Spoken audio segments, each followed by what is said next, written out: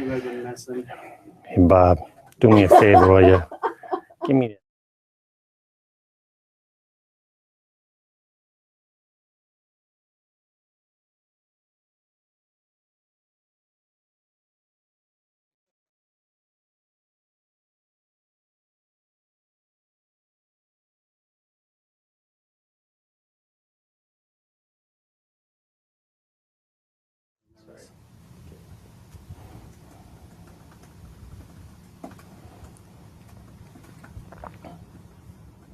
Give me 1 second, Tom. I just want to. Yeah, no worries, man. We still got a minute to go at least. Okay. According to Mountain Time, we got plenty of time to go here. 10 minutes.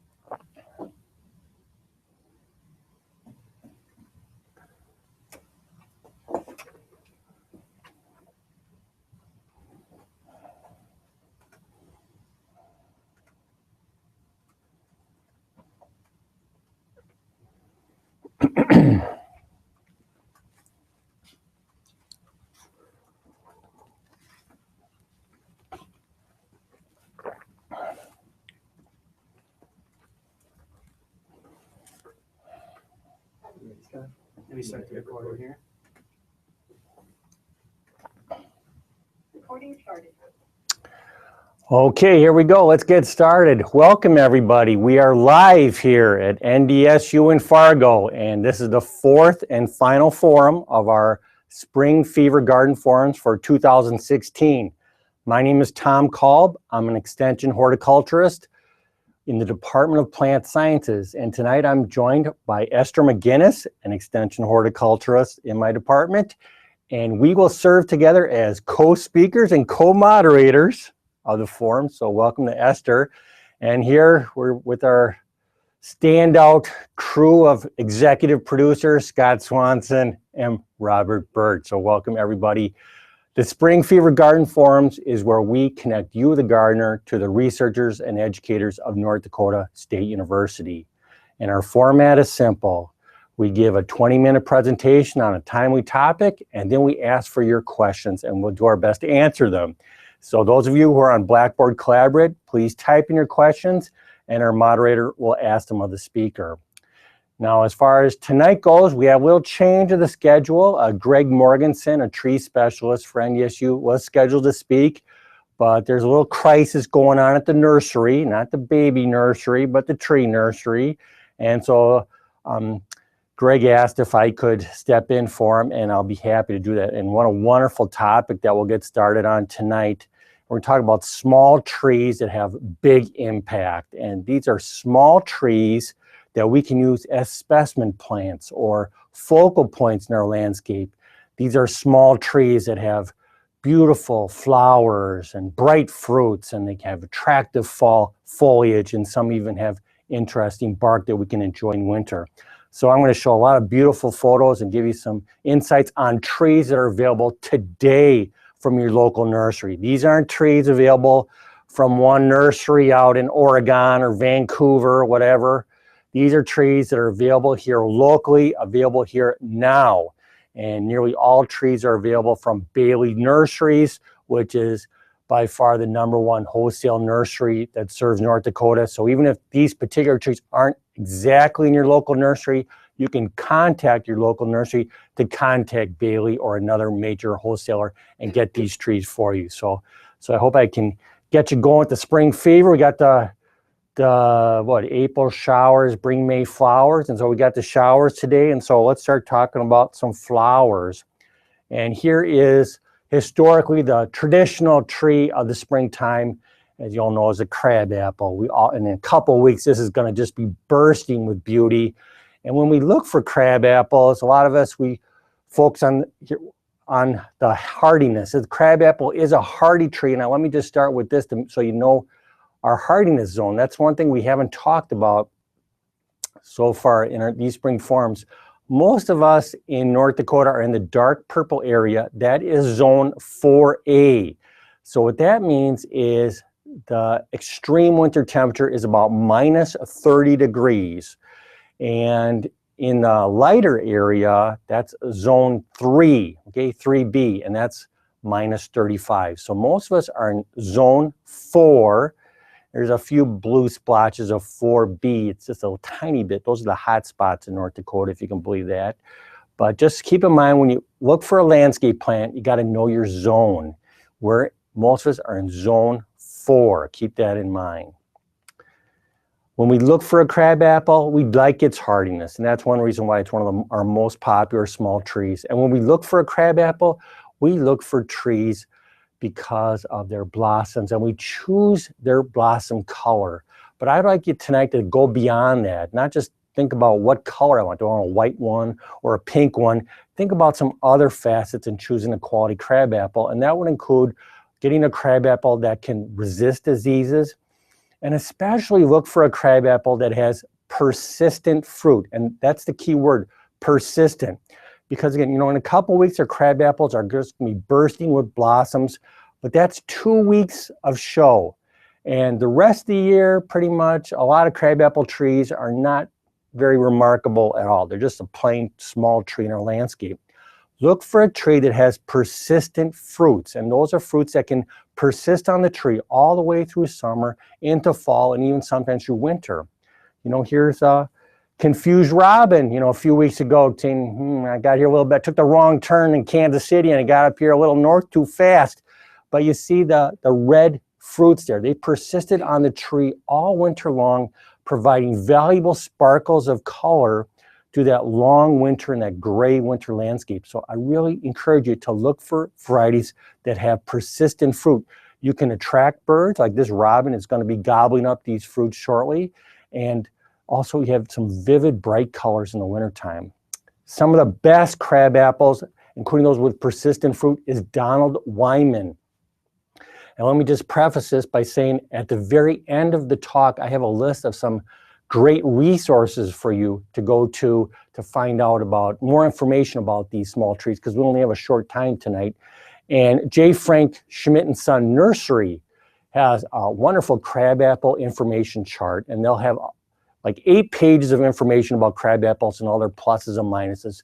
Donald Wyman is considered by many of the crabapple connoisseurs to be one of the finest, with the pure white blossoms and persistent fruits. If pink is more to your liking, Adams is a highly regarded tree. If you like a darker pink or even like a purplish color, Prairie Fire from Illinois is outstanding and disease-resistant cultivar. Look for that one.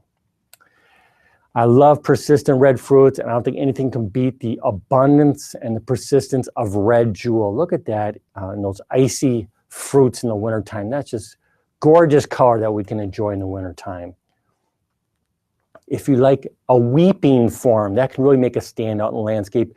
And the weeper that wins the awards is Louisa. Louisa has the soft pink petals, the beautiful weeping form, and then it has some interesting fruit color there, you know, like an apricot color. And you know, it's nothing like crab apples, is there's different cultivars out there, and not all have red fruits. There's some with yellow fruits, and there's some with orange fruits. So you've got a whole palette of colors there that you can utilize in your winter landscape. Let's move on to what is emerging as one of the most popular trees in North Dakota today, the Japanese tree lilac. And the reason why people like this, as North Dakota is becoming more urban, this really suits a bill as a great urban tree. It can tolerate very harsh soil conditions, poor soil, alkaline soil, which is common, especially in the western part of the state. It tolerates salt, so this is a great tree to plant along a boulevard. And also, it doesn't get particularly tall. You know, we're talking about small trees tonight. So we're talking about 15 to 30 feet in general. That's the height we're talking about tonight. Japanese tree lilac, a tough as nails, just a easy to grow tree, even has some glossy bark to it. The blossoms themselves, they are fragrant if you're being kind. I guess they do smell, that's for sure. But as far as a lilac goes, you're not going to be clipping off these flowers like here. You won't be clipping off these flowers and putting them in a vase. They kind of smell like a privet a little bit, or if you really see the glass is half full, it smells like a vanilla scent. But the scent is tolerable. But the nice thing about it is that they bloom after the crabapple show is over. So, and after the purple lilacs are over. And so this extends the spring blossoms into June time. Really a nice accent plant. And a relatively new cultivar is this Snow Dance from Daily Nurseries. And just look at that gorgeous white flowers you got there. And Snow Dance, the nice thing about it is that the flowers are sterile, so they won't form seed pods, because when the petals fall, for some of the older varieties, it can leave some less than attractive seed pods. But Snow Dance doesn't have those seed pods, and so that makes it even better as far as a quality tree. Look for that one. Very hardy tree, just a really reliable tree. Japanese tree lilac. Another tree I'd like to share with you tonight is a hawthorn, and hawthorn is it reminds me a lot about crab apples, but it's just like a tougher, less refined tree. But see, it has those white blossoms. This is a cockspur hawthorn, one of the most easily grown in North Dakota. Hawthorn has flowers. They're not really that fragrant, or should I say they're not that really desirable in their fragrance. They are fragrant though, but they're okay. You look at them. But the nice thing about hawthorn is beautiful glossy green leaves you'll enjoy all summer. The fruits are bright and red, and the hawthorn is the best tree you can plant in your yard if you want to attract birds. And most hawthorns are hardy to zone 4, including the cockspur hawthorn. And here it's used as a beautiful specimen plant. Now, one thing about hawthorns is the cockspur hawthorn has vicious thorns. So be very careful. Like, this isn't one of the tree I'm going to put on my boulevard or on the sidewalk, because some kid's going to poke their eye out and I'm going to be sued for $1 million. So I'm going to put, this is what I really call a specimen tree. I'm going to put it all by itself, maybe even encircle it with some hostas or some protection around it. So be careful about those vicious thorns. But those thorns are what make it the best tree for birds. It's a cat-proof tree, perfect sanctuary for a bird. And there's a bird gobbling on the fruit. So it's a very great all-purpose tree to attract wildlife. Fruits are bright red and glossy, and really nice color in the summer, early fall. And some of the cultivars, this is Crusader, and Crusader is a cockspur type that is thornless. So besides the cockspur hawthorn, another good choice if you want a thornless hawthorn is Crusader. And a nice feature of Crusader is its attractive fall color. So again, consider this, just add be a little bit out of the box a little bit. I don't have to have a crab apple. I can have something a little bit different in my art, something durable and something that attracts wildlife, like a hawthorn. Another tree, this one is definitely a refined tree, is a pagoda dogwood. And this is known for its horizontal branching habit. Look at the pure white blossoms that you see in the springtime, just really beautiful. Pagoda dogwoods and dogwoods in general tolerate some shade. They do like a moist soil. So out in the arid west, it may not be your best choice. Pagoda dogwoods are generally hardy to zone 3, but some of the more special types are limited to zone 4. But the pagoda dogwood gets its name because of its horizontal branching habit. You can even see in this slide how it has a horizontal lean to it, but it has all season color. We saw the white blossoms of springtime, and you see look at that nice form of that tree, just beautiful on a bed with an underplanting of perennials underneath it. Just lovely in the landscape. This is Golden Showers, a cultivar with variegated color. This is a zone 4 plant. Just great. What a statement you can make in your landscape in the summertime. The dogwoods, those white flowers, do turn into blue berries, but they are delicious berries. And so the birds will quickly gobble them up in the fall. So It's a nice feature, but you're going to see it there for just a couple weeks and the birds will quickly snack on them. Great fall color. Pagoda dogwood has like a golden to maroon shade to it. Again, look at that horizontal branching. And then when the leaves drop, you can really appreciate the branching. Here's a dogwood being accented by the ice of North Dakota. And just a wonderful plant that you can use as a specimen in your flower bed. Pagoda dogwood. Serviceberry is one of my favorite small trees, and it's related to the Juneberry, and that's one of our favorite fruits here in North Dakota. And I know in North Dakota we cherish our Juneberries.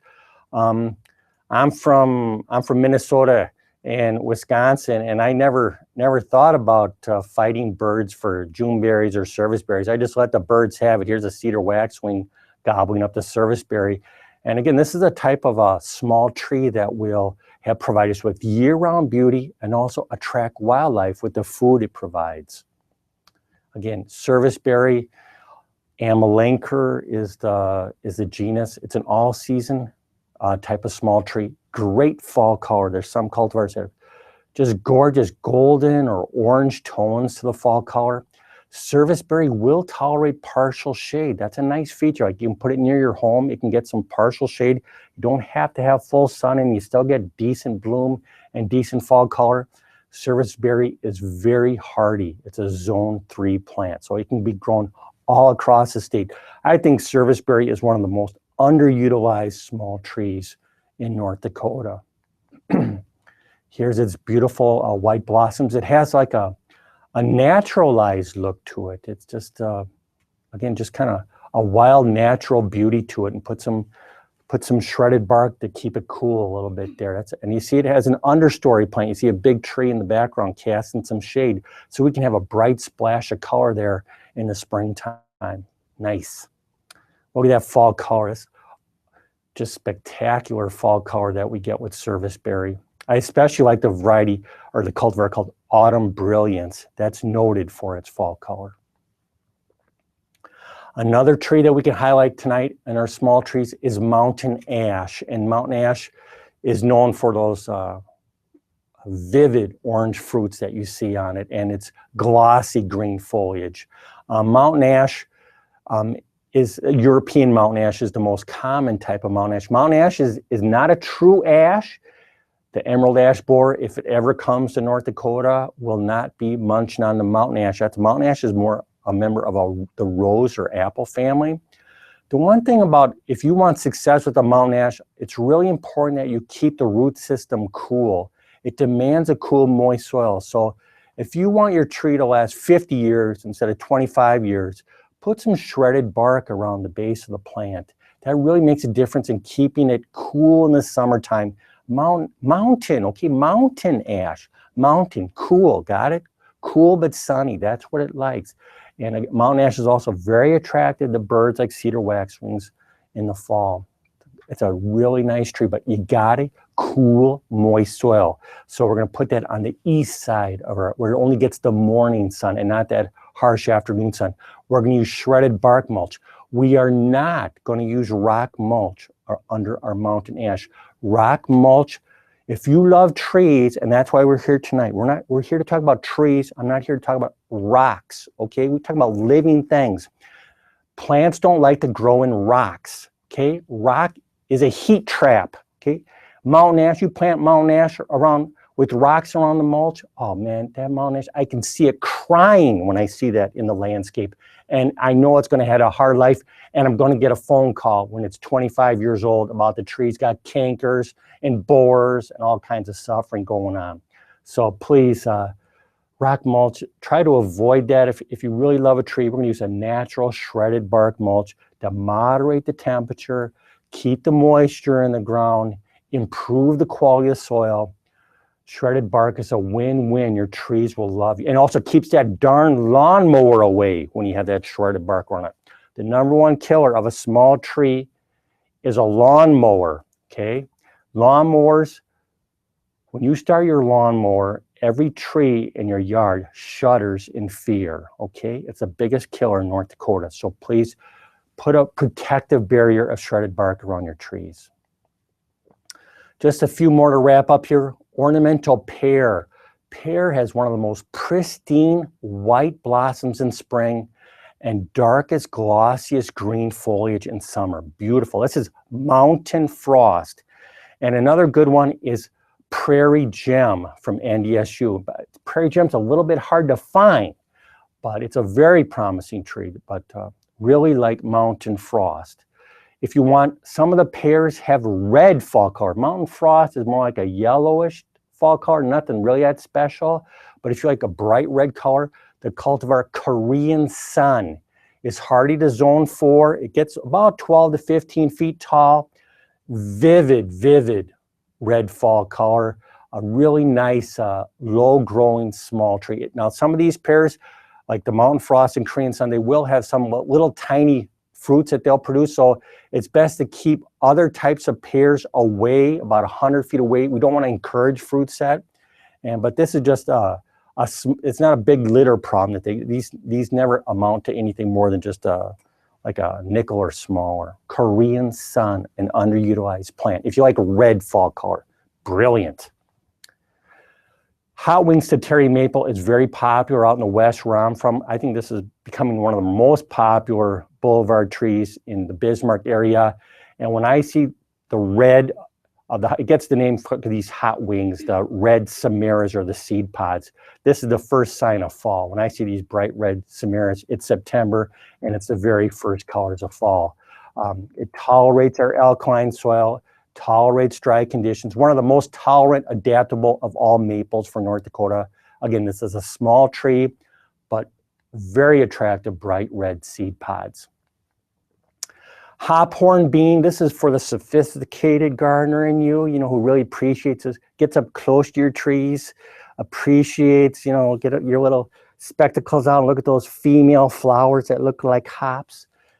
Those are beautiful catkins and a nice fall color, nice golden fall color that persists on the tree late into the fall. Hophorn, it's also called ironwood. This tree is tough as iron, a little bit slow growing though. Chokecherry is popular in North Dakota because of its red foliage. The Schubert red is very popular. It's our state fruit tree, the chokecherry. Really makes a statement. These red burgundy leaves make a big statement in a home landscape. Chokecherry, I have to say, is kind of a short-lived tree in home landscapes. I think when I plant a chokecherry, if I get 25 years out of it, I should be happy about it. It's subject to a lot of diseases like black knots get on the branches. It's hard to manage that.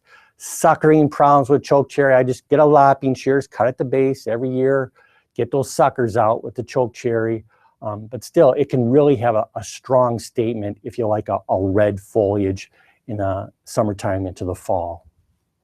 And let's wrap it up. There's another chokecherry I want to alert you to, one that has beautiful golden bark. And just keep that in mind in North Dakota. Bark is important because for most of the year, our tree has no leaves on it. Okay, it's leafless. So how does that tree look without the leaves? And this can't beat this one, the Amur chokecherry. Look at that, just beautiful, peeling golden bark. Nice, very attractive, makes a beautiful specimen plant in the landscape.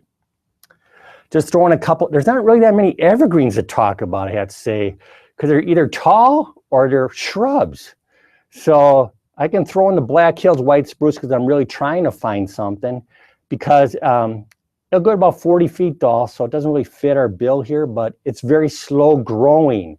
And if you like spruce trees, the Black Hills white spruce is a longer lived tree, slower growing tree, has fewer diseases than the Colorado blue spruce. It's really a high quality tree, and probably the best one, if I want a small tree, it'll be a Mugo pine.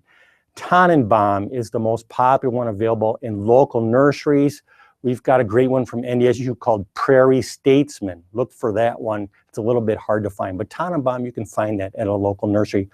That is a dense, beautiful Christmas tree. That's going to be your biggest worry, is when it gets to be December everybody's going to be just licking their chops at that tree. They're going to want to cut it some night, you know, like there's no moon, and they put their black face on with their black coat, go out there, cut a beautiful, it's the best looking Christmas tree you ever saw. It's very slow growing, very dense, beautiful, like in a planting there, on a planting bed. The Mugo pine, it's a tree, very slow growing, it get to be about 15 feet tall or so. Okay, again, here's some resources. If you're interested, I think these are really outstanding resources. When I want to find a landscape plant, the top one, they're from Ed Hasselcuss. Ed is Ed's from Wisconsin, and he was like a tree god. I didn't know it when I was in Wisconsin, but I used to host events, and I would see Dr. Hasselcuss give a talk, and then swarms of people would just follow him, and he would give a talk. I felt like, you know, like he was like Jesus, and I was at the Sermon on the Mount, how everybody would just follow him up the hill and listen to his great words. The guy just like, he knows everything. Even you can't even take a class by him unless you win the lottery. They have a lottery to take his class. That's how great Ed Hasselcuss is. And his publication's a little bit dated. Ed's retired now, but I still think it's a very strong publication whenever I'm looking for a landscape plant for the Midwest. Dale Herman, I didn't know about Dale until I came to North Dakota, but Dale is the tree god of North Dakota. And he has just a wealth of knowledge, and his North Dakota Tree Handbook has local quality information. Dale is an amazing resource. Joel Zalesnik has taken the lead in the North Dakota Tree Selector. You can go online and see lots of pictures and facts about some of the trees that are suited for North Dakota. I won't go to Bailey Nurseries and look at their image library. They got little information about every tree, lots of pictures. And we talked about that crabapple information chart. Last great resource, I think Michael Durer from the University of Illinois and his Manual of Woody Landscape Plants. If you're really into trees, that's the Bible of trees. That's what every classroom uses for their textbook. And Michael has unbelievable comments that all of us respect greatly. So take advantage of these resources, because again, tonight we're just giving you a quick glimpse of possible trees.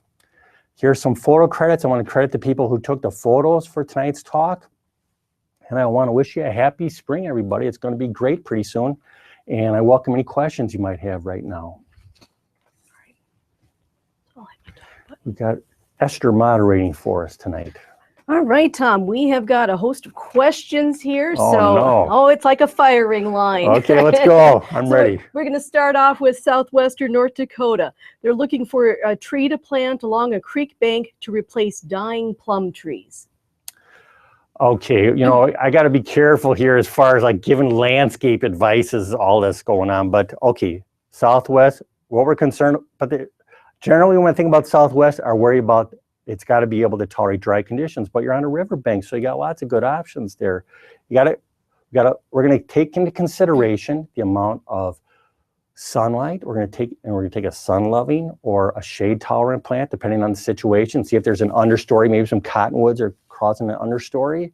We got to think about the soil quality and like alkaline or not. We got to talk about the availability of water.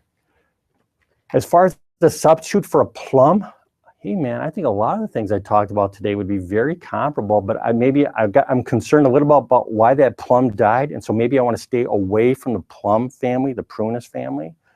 So, okay, how about crab apple is great.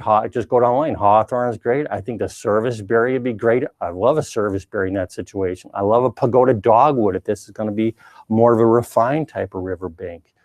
You know, I'd stay away from anything that said cherry in it. No stone fruits in that area. That'd be the one thing I'd stay away from in the short term. But everything else I talked about tonight, I think it'd just be great. All right, our next question. So we have somebody that has lost crab apples and other trees to fire blight. What would you recommend that is resistant to blight?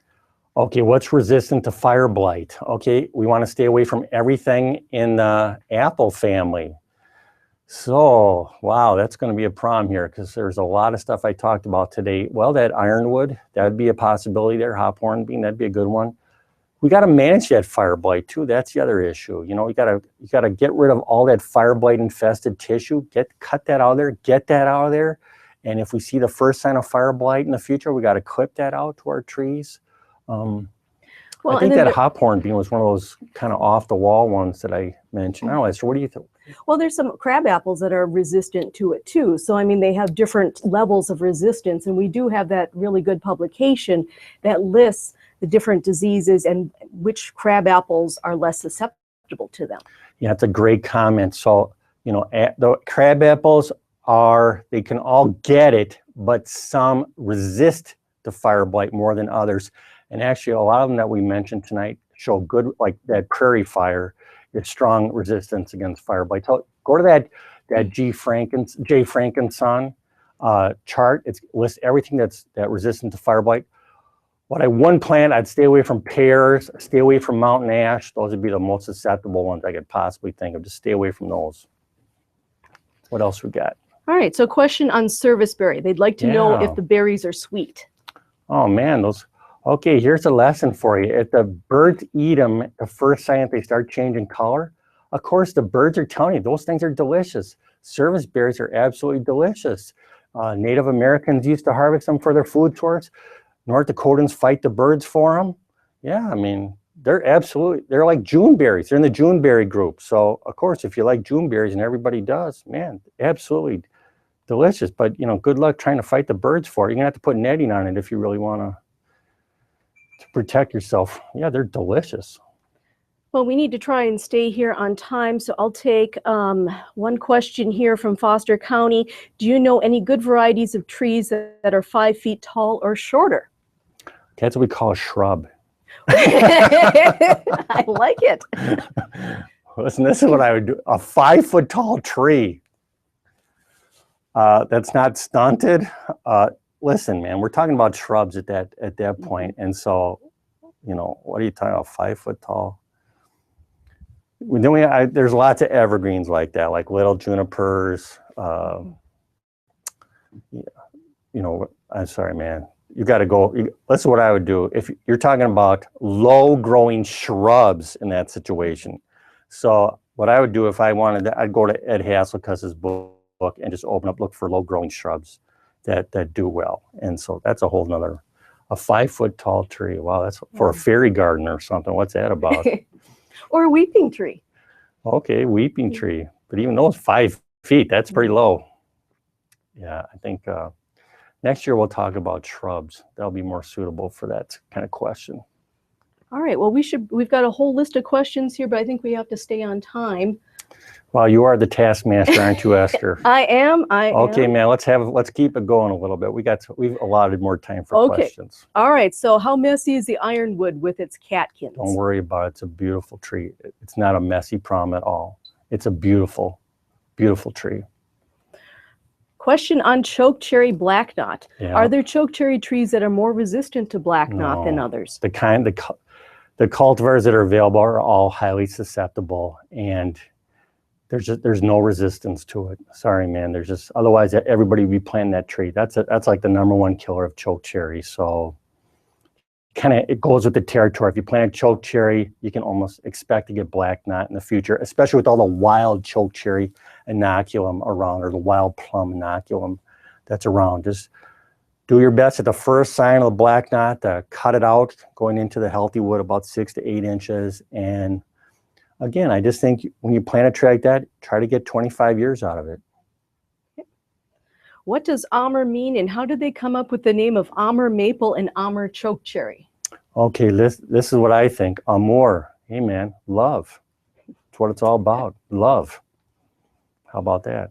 I love that maple. I love that chokecherry. Well, there's an Amur region in China, I think. So that's where that we get a lot be of our hardy germplasm. But I like your answer better, Tom. Amaryllis is the lily of love. Okay, it could be a China region. All right. Are there other... what am I, Google or something? Come on. We can thank Pierce County for that question. Pierce County, trouble up there, Yolanda. Are there sterile varieties of crab apples? Yeah, you know, spring, okay, of course there are. Spring snow is the famous one, or snowdrift. These are white flowering types that don't produce fruits. And so My opinion on them is I don't know why people plant them, frankly. This is my opinion coming out, because you get 2 weeks of show, and after that, the petals fall, and you got a totally unremarkable small tree. It's a nothing tree. What the heck? So why not we have something that has persistent fruits? These are small fruits that don't create a litter problem, and you can have bright colors for months, including the winter. You're going to attract wildlife, lots of birds in your yard. Oh man, it's so beautiful. So sterile, what? I'm just not into sterile crab apples. I'm totally against that. Okay. But it's there. It's there. From McLean Spring County, snow. which of the trees that you recommended would work as a boulevard tree? Number one tree in boulevards today is the Japanese tree lilac. Can't go wrong. It's tough. It tolerates salt, tolerates harsh soil, and it'll never get to the height where it's going to bother a power line. Japanese tree lilac. Give that a thought. What kind of hazelnut would you recommend? Hey man, I don't know anything. I know there's Turkish hazelnuts. That's all I know. I don't know. That's like a tall shrub though. Don't know. From Grand Forks, what's the height and width of a pagoda dogwood? Okay, it's going to depend on the cultivar, but generally it's a horizontal plant, and so I'm thinking about 15 feet either direction. Think about that. And then the height and width of the Tannenbaum mugo pine. Okay, Tannenbaum, that's a more conical shape, so it's going to be a very slow grower. That's the thing. So I don't know what the ultimate height is, but my guess it's about 20 feet tall, and it's going to have maybe a 12-foot width, something like that. You know, the key is that it's such a slow growing pine that the height's never going to be that big of an issue. And all this information, like again, you can get this on the internet from like Bailey's Nursery's website, will give the ultimate height and width, but it's a very slow grower, which people think is a positive, and that keeps it more densely needled. Is Crusader hawthorn resistant to fire blight? No, it's a hawthorn. Hawthorns get fire blight, and they especially get rust disease. That's the biggest problem with hawthorns is rust disease. But rust is not such a big problem for in most years for us because it takes a lot of moisture in the springtime, and you get it every now and then. But it's not a killer. The rust is not a killer. But hawthorn will get fire blight. It's in that Rosaceae family. But it's a tough tree in general. It's a tough tree. Every tree gets diseases. The only tree that doesn't get a disease is a silk plant. So just got to cope with it and manage it. Prune your hawthorn so you have lots of good air movement to it, the canopy, lots of sunlight, and you'll have much fewer disease problems that way. All right, Tom. Okay. I do have one joke for you. Oh, I like jokes. So these are plants that are resistant to fire blight and everything else. We call that the Plasticaceae family. The Plasticaceae. Okay, there you go. I like it. Okay. Thank you, everybody. We had a great, I hope you enjoyed those photos, and I hope we inspired you to have a beautiful small tree in your landscape. We're going to take a short break now, about 5 minutes, and then we're going to move on to talk about some pollinator gardens. Thank you.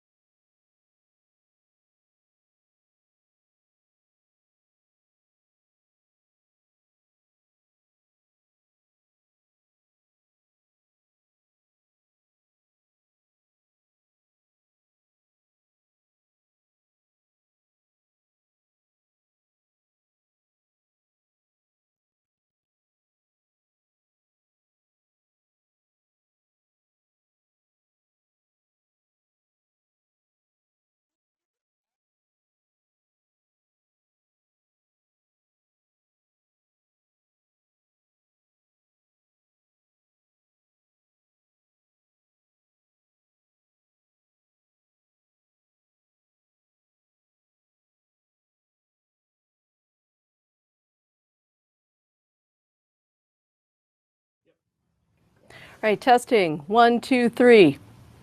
Good here. Got it. All right, I will press record. Welcome back from break. I'm Esther McGinnis, Extension Horticulturist and Director of the Master Gardener Program. So we're here to talk about beautiful landscapes, building a pollinator garden. So this is our big initiative for the Master Gardener Program this year, and we are hoping to encourage all of you to plant a pollinator garden. And the reason why is that pollinators are in trouble. So I'm going to give you the bad news first. So we have our monarchs. You've certainly heard about them and how their populations have plummeted. You've heard about our honeybees and colony collapse disorder and winter kill. That's been on the news a lot.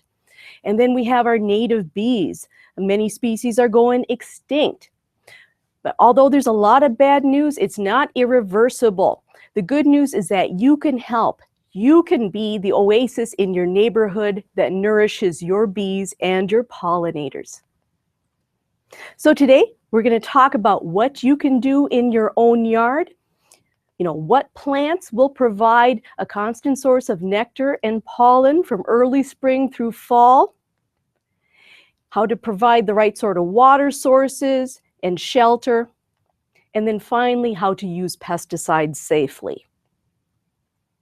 So bee pollinators are very important in the United States. This is big business. They pollinate over $15 billion in crops. So 1/3 of all the food that you consume is bee pollinated. So 1 out of every 3 mouthfuls. So think about that. Now, 75% of our horticultural crops, our fruits, our nuts, and our vegetables either require a pollinator or benefit from pollination.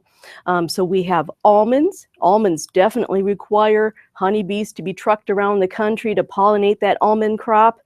A lot of our berries certainly benefit. The oranges that you eat.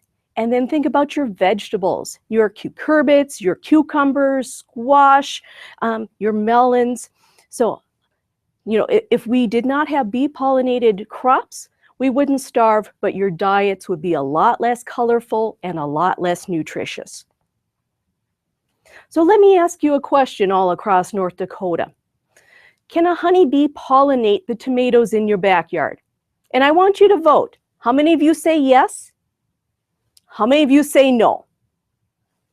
The answer is a honeybee cannot pollinate your tomatoes. Now, tomatoes are partially wind pollinated, but they greatly benefit from bumblebees. So the native bumblebee species that we have all across North Dakota know the secret to pollinating tomatoes. They grab hold of that tomato flower, they vibrate their wing muscles, and that's called buzz sonication. And they're able to shake that pollen right out of the anthers to pollinate the flowers. And as a result, you end up with larger fruits and larger yields. So very important to have not just honeybees, but also to have bumblebees. So these are some of the crops that are pollinated by bumblebees. Now there's going to be some overlap with your honeybees, but this is why it's good to protect everything, particularly if you are a backyard gardener. You want to make sure you have a bountiful harvest of your fruits and your vegetables. Now, since we only have 20 minutes here, I'm going to focus on native bumblebees. So we have 19 to 20 different species in our area, and you're very capable of recognizing our bumblebees. They're very robust and they're furry. They're almost like flying teddy bears. However, I would resist the urge to hug them. So with our bumblebees, they have a very unique life cycle. We have queens that overwinter underground and they're pregnant. So they emerge about this time of year, sometimes into May, depending on how cold it is. Now, as you can imagine, with these pregnant queens, they wake up and they're hungry. So you need to feed them by providing spring flowering plants. So then as you nourish the bees, they will lay their eggs and the first female workers will be seen in June. The colony will continue to grow, and then in the fall, there'll be males that are produced. and their only purpose in life is to hang out, sip some nectar, gather some pollen, and mate with the new queens that will produce next year's generation. So very important to feed all the bumblebees throughout this entire life cycle. Very good to have flowers that bloom late into fall. And then as our heavy frosts come in fall, the whole colony dies except for those mated queens. Now our bumblebees are in trouble. Now this is different than with the honeybees. This is largely due to habitat loss. So with our bumblebees, they can't fly as far as the honeybees to forage for food. So our honeybees can fly, easily 2 miles to find a good garden, but not the bumblebees. They're limited, to maybe just hundreds of yards, depending on the species. So we need to make sure that their habitat is hospitable and provides, flowers from spring through early fall. But if you look at our countryside, we have fewer wildflowers. And then if you go into our cities, we have large expanses of lawns that are weed-free. They can't even find a dandelion. Well, maybe in my yard they can. And then we get into disease issues and pesticides. So all this spells trouble for the bumblebees. So what can we do? We can provide flowering plants. So we can build a pollinator garden that will bloom from earliest spring through fall, as long as you choose that variety. So not only are you nourishing the bees and the butterflies, but we're making you look like a rock star gardener because you have seasonal interest through the entire growing season. Now, as you're choosing your plants, incorporate more native species in your garden. Native flowers have co-evolved with our native bees and therefore are more beneficial and may provide more nectar at the right time of year. That said, there are some non-native or ornamental species and cultivars that are beneficial, and I'll touch upon that. And then plant in drifts of 3 or more per species, so there is a bountiful supply in your garden. So all of you should have a handout. I can't go through all the species on the handout, but I want you to see that it is broken down into different seasons. We have April and May blooming perennials. We have June blooming perennials, July and August, and then finally fall perennials. And then I've got some abbreviations. B is for bee, BT is for butterfly, and H is for hummingbird. So you can choose plants from this list that will benefit the pollinators that you care about. First, let's start off with spring. And what are we seeing right now? We are seeing crocuses and grape hyacinths. These are 2 of the more beneficial spring bulbs that we have. Now, if you take a look at your crocuses that are blooming on a warm day, you'll see that they are absolutely covered in bees that are gathering the first nectar and pollen of the season. So these are very important plants. Now, they're not native, but that's okay. We're trying to provide an early spring food source. You are going to want to avoid tulips and daffodils in your pollinator garden. Tulips and daffodils have been so overly hybridized that they no longer provide the pollinator services that your bees value. So crocuses and grape hyacinths are better choices. And then we get into some of our native April and May blooming perennials. So we have pasque-flower that's native to North Dakota, and wild columbine that has those beautiful nectar spurs that have a drop of nectar at the base. Prairie smoke is blooming right now. So take a look and see all the native plants that are blooming. These are some that you should be including in your pollinator garden. And then wild geranium. Now we get into June, and golden Alexander is a beautiful choice for your garden. It's on the lower left-hand side. You have those flat clusters of flowers that somewhat resemble dill, but this is golden Alexander. This is a plant that is good for the bees and the butterflies. It's an important host plant for certain butterflies. On the right, we have Baptisia, australis, or false indigo. See those beautiful blossoms? They look a little like sweet pea. Now, this is in the same family as peas and beans, but a stunning plant. Now, Baptisia is native to Minnesota, But I'm saying that's close enough for our purposes. So go ahead and include Baptisia in your garden. Now I have, and I absolutely love it. Other June blooming perennials that are not native, chives. So you can have an herb in your garden that will feed you and the bees. And then May-night salvia on the right. So I'm sure many of you already have May-night salvia. That's been on the market for decades, and it's been a winner for us. So a very reliable plant. Don't forget milkweed, Asclepias tuberosa, or butterfly weed. This is native to Minnesota and South Dakota. This is a beautiful choice for your yard. We've got those gorgeous orange flowers, which is different than common milkweed. This is beneficial for your bees and your butterflies, so it has a lot of nectar that's produced. However, I would say don't plant this in the Red River Valley. This is a plant that is far better for western North Dakota because it likes well-drained soils. This will die on clay soil, so much better to plant this on a well-drained soil or a sandy soil. Which brings me to other milkweeds. I didn't know that milkweeds were controversial till I moved back to North Dakota. And it's all because of common milkweed. This has been labeled as a noxious weed in Cavalier, Renville, Sheridan, Trail, and Wells counties. That said, it's not on the state noxious weed list. However, I would not recommend planting common milkweed in your garden. And that's because it's a garden thug. You don't want to have a plant that is running all over your garden with its rhizomes and taking over.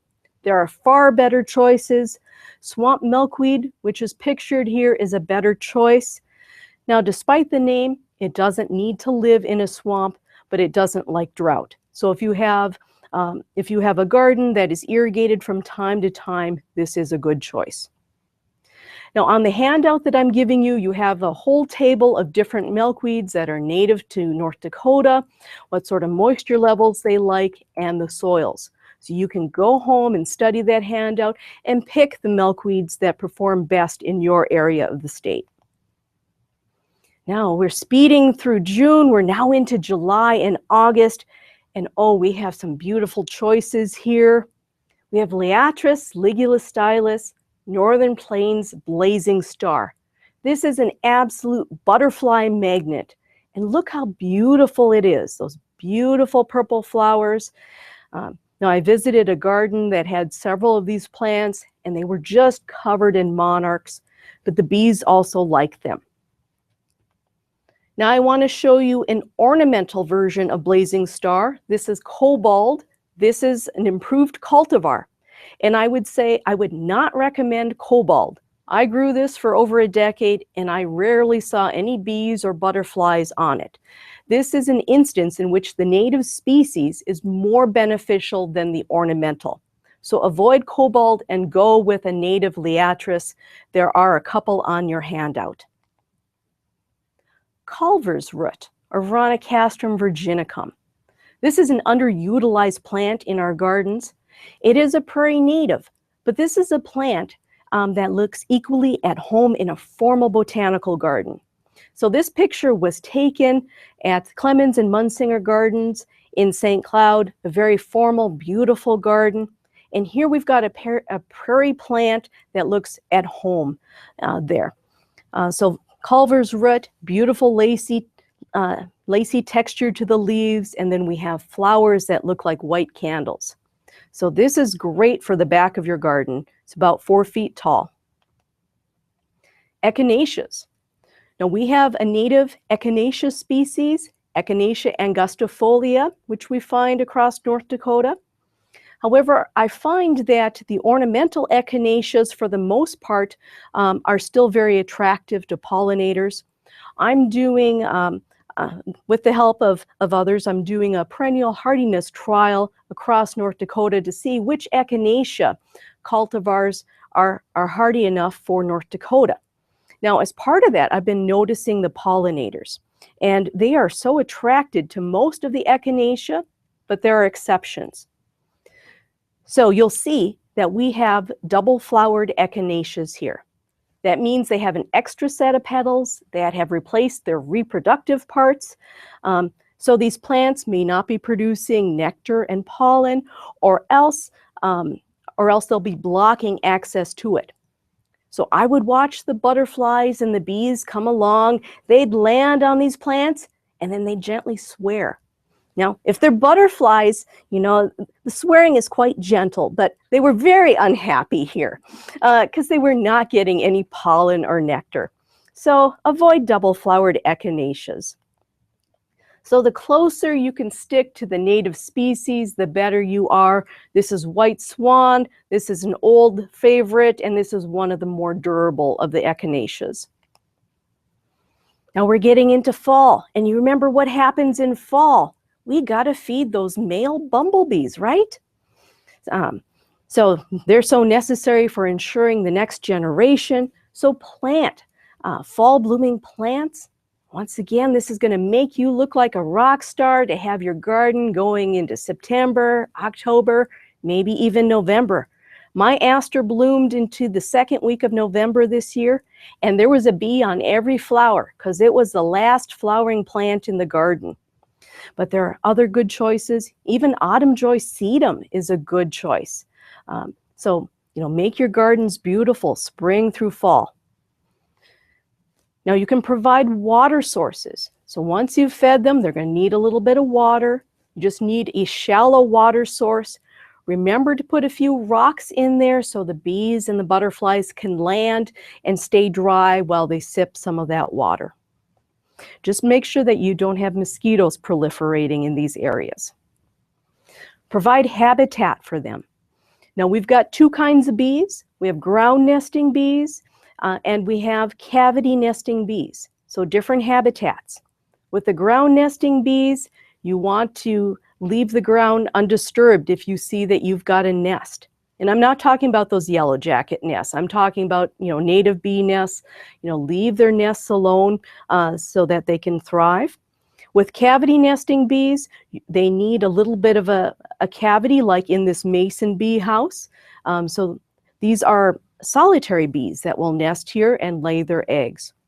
The final thing is don't cut down your perennials in the fall because the actual vegetation will provide habitat for some of your overwintering bees. They will nest in hollow stems or will even chew the pith to lay their eggs.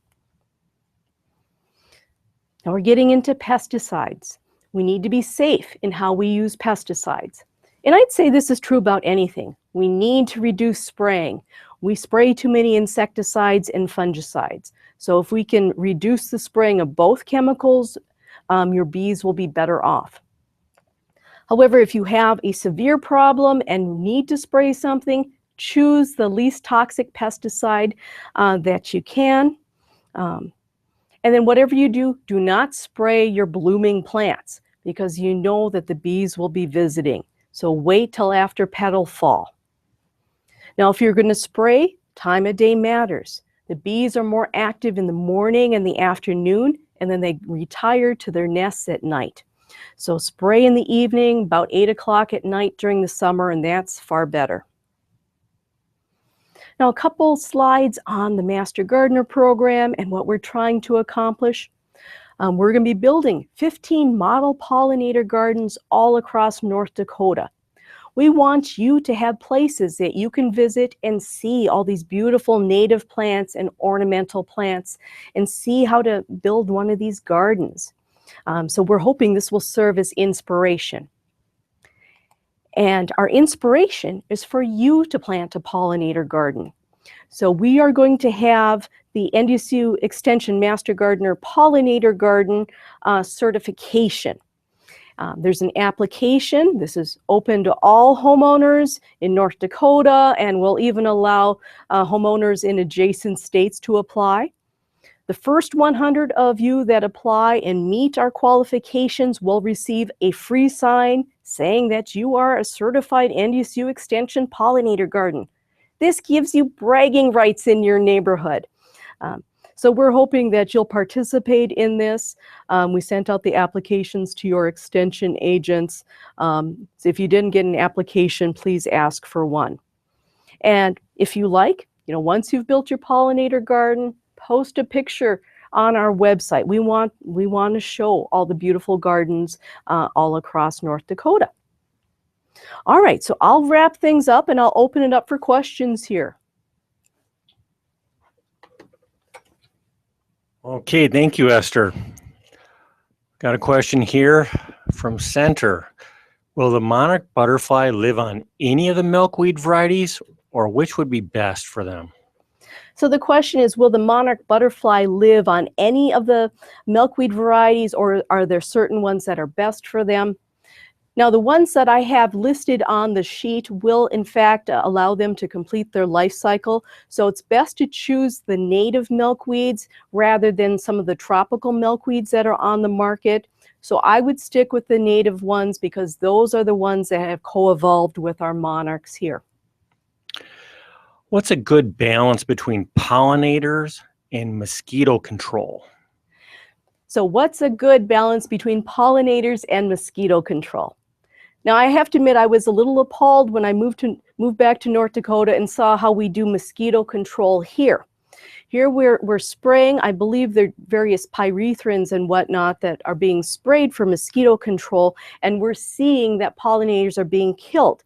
Now, there are certain, actually more organic solutions on the market where they'll have bacteria. They'll drop pellets in these swampy areas, in these areas where the mosquitoes are breeding, and these organic pellets will in fact have a certain bacteria that destroys the mosquitoes. So there are better methods, and I would hope that our municipalities start to adopt those technologies. All throughout the Twin Cities, they're doing this type of work that doesn't kill pollinators. Okay, if we're not supposed to cut our perennials in the fall, when should we clean them out in the spring? So when should we clean out our perennial gardens? You can start cleaning them out once you start seeing the pollinators flying. So I'm starting to see the pollinators fly here in Fargo. They've been flying for a couple of weeks. So usually around mid-April or so, it's safe to clean up the debris in your gardens. How about, will any of the small trees that Tom talked about earlier, will that work for pollinators? I'm sensing this is a planted question from Hey, Tom man, Kolb. totally not. Ransom County's totally guilty. Okay, and the question is, are any of these trees good? And the answer is yes.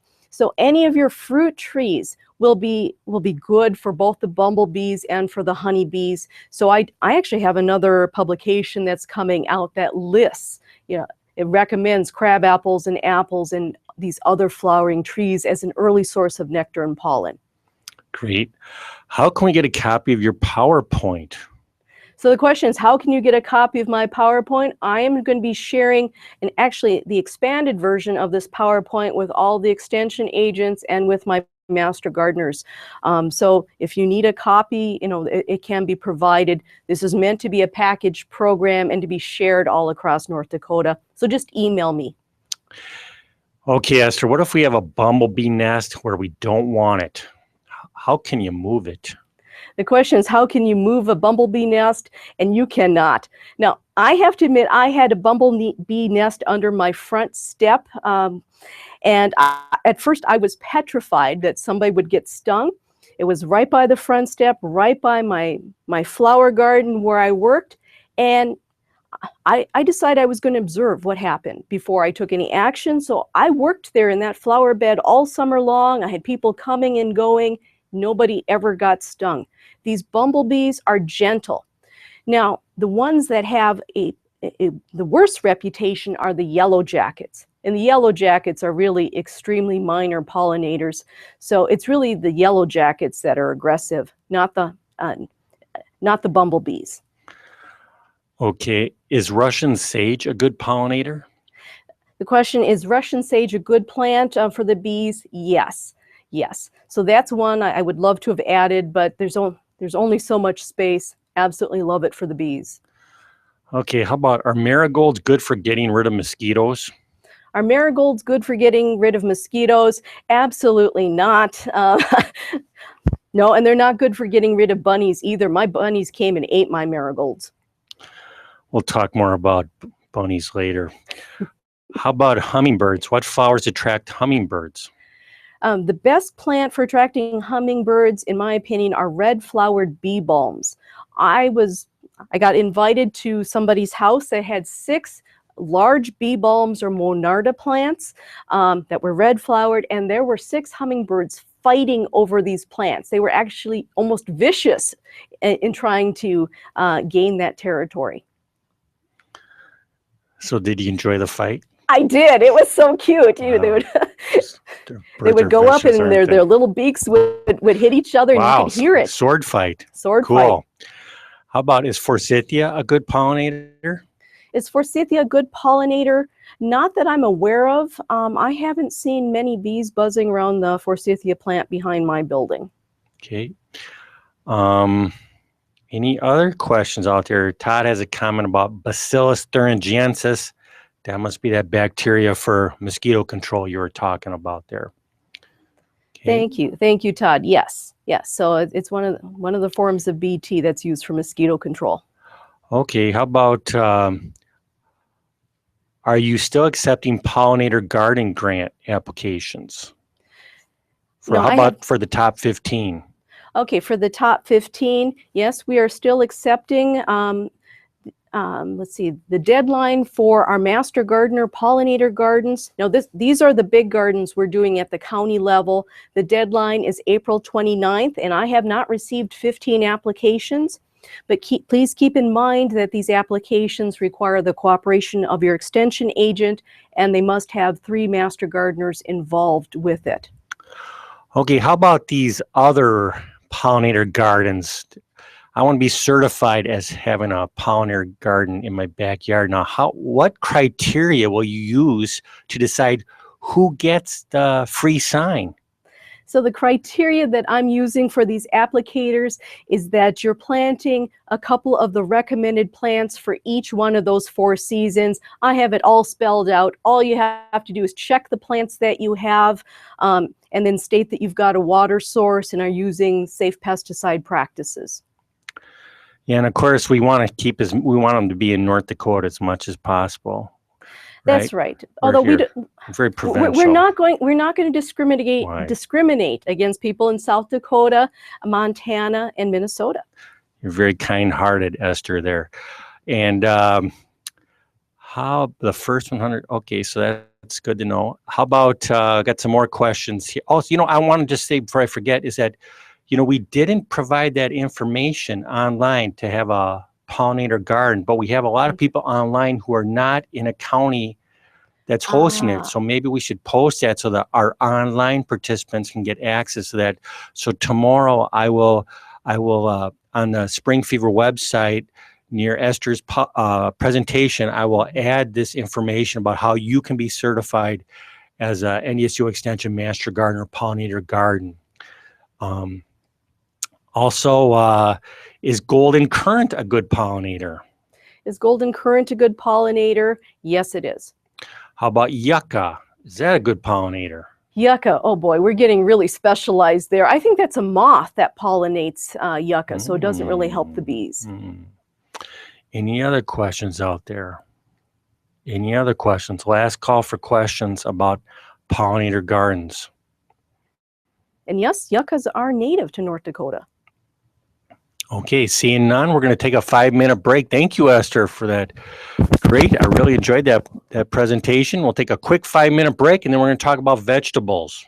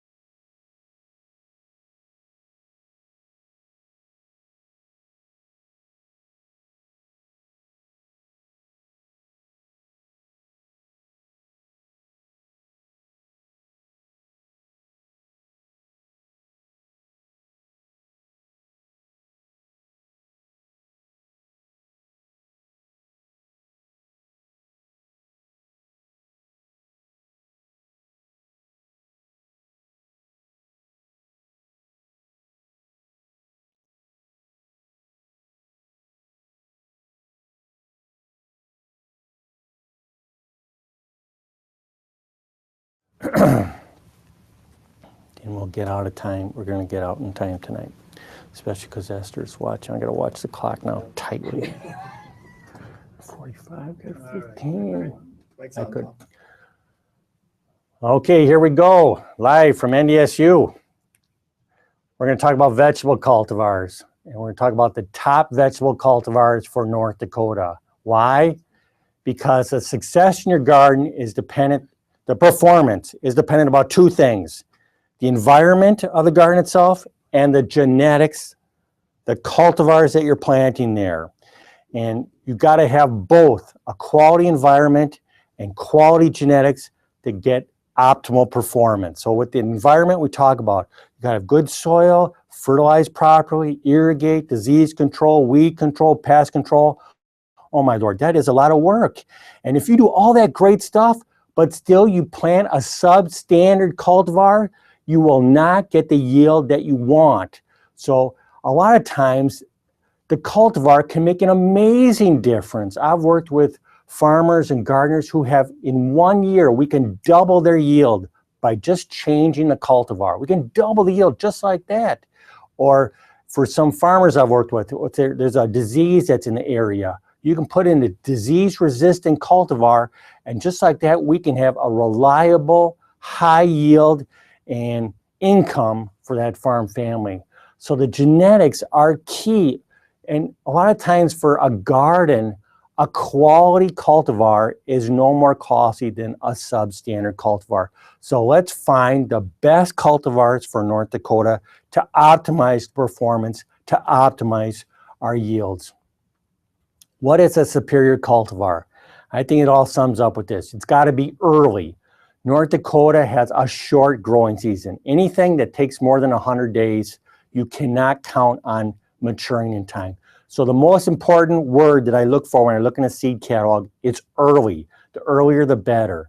And also, our cultivar must be high yielding, because otherwise, why are we growing it? We want our cultivar to naturally resist diseases. There's a lot of modern cultivars now that have it in their genetics to resist diseases, so we don't have to be spraying those nasty fungicides on our food supply. So get disease-resistant cultivars, and we want stuff that tastes great. That's what's growing a garden is all about. I got two of my top research assistants here doing research tests for earliness. These are two of my kids. They are not rude and sticking their tongue. They are scientists. They are doing what I call the snowflake test. They are testing for snowflakes to make sure that the cultivars behind them ripen before the snow falls. And unfortunately, this was in mid-September, about 5-6 years ago, and we had a lot of death and destruction. A lot of the cultivars didn't ripen in time. But here's one that did, Neon Pumpkin. What a marvelous pumpkin we discovered. One that ripens 2 weeks earlier before anything else. Why? Because it doesn't turn orange. It starts orange, and then it just blows up like a balloon through the summer. Boom, boom, boom, boom, boom. And then until it reaches size and you can harvest it. What a great pumpkin, especially in the northern part of our state where our growing season is so short. Just look in the background, all those watermelons that just didn't make it in the trials. But Neon Pumpkin, it's a true winner. And that's what our variety testing or our cultivar testing is all about. So I got to introduce you to our North Dakota Home Garden Cultivar Trials. We have a network. Every year, we have 200 or more gardeners evaluate promising cultivars in their backyard garden. We can do a research at a research station, but I want to find out what grows best in a garden, because that's our target, is gardeners. And the conditions in a research station are not the same in a garden. The best place to see what works best in a garden is in a garden, under the management of a gardener. And it's so wonderful that we have a team of gardeners, and everybody is welcome to join our trials. There's our website right there, or you can just Google North Dakota Home Garden Cultivar Trials. We've worked with over 800 gardeners through the years and over 1,000 throughout the Midwest, telling us which of the promising cultivars are best for us in North Dakota. And the results have been, the impacts have been significant. 98% of the gardeners say that they've been introduced to new cultivars through this program. 85% of our gardeners express higher yields. 76% say they have a healthier diet because of participating in this program. And we encourage kids to participate too. These are simple scientific studies that kids can work on with their parents or with teachers. And 73% of the kids develop skills in science. Again, kids are important for us to encourage the garden. And here's an example of one of our junior master gardeners projects. And I love this kid in the green shirt in the foreground there. And he's our target. You know, 92% of the kids in North Dakota do not eat enough vegetables. But as in the case of this kid, they sure eat enough Doritos. And there's our kid holding a upside down Dorito bag, staring at that broccoli going, what the heck is that? I never saw that before. So we got to get our kids out there and garden. And the variety trials or the cultivar trials is one way that we can make this happen. These are simple side-by-side tests. And so this year we're evaluating 45 different types of vegetables and flowers. And let's say like we're looking at 2 kinds of green beans. So we'll give you 2 packets of the green beans. We'll give you roll labels. We'll give you a 10-foot string because it's an official project. We want a 10-foot row. And we'll give you a sheet to fill out. Which of the cultivars germinated better? Which was healthier? Which was earlier? Which produced the highest yield? And which tasted better? And then finally we asked which performed better overall. And then the key question is which one you recommend to other gardeners in North Dakota. So you get 200, 250, 300 gardeners across the state doing these tests, and you can get some meaningful results. And if you go to our website, and I'll just post it back down here, you'll see we have a research report every year. It's over 100 pages of research of all these cultivar trials. And from that comes that handout you have there as far as recommended vegetable varieties or vegetable cultivars for North Dakota. Okay, that's not my recommendations.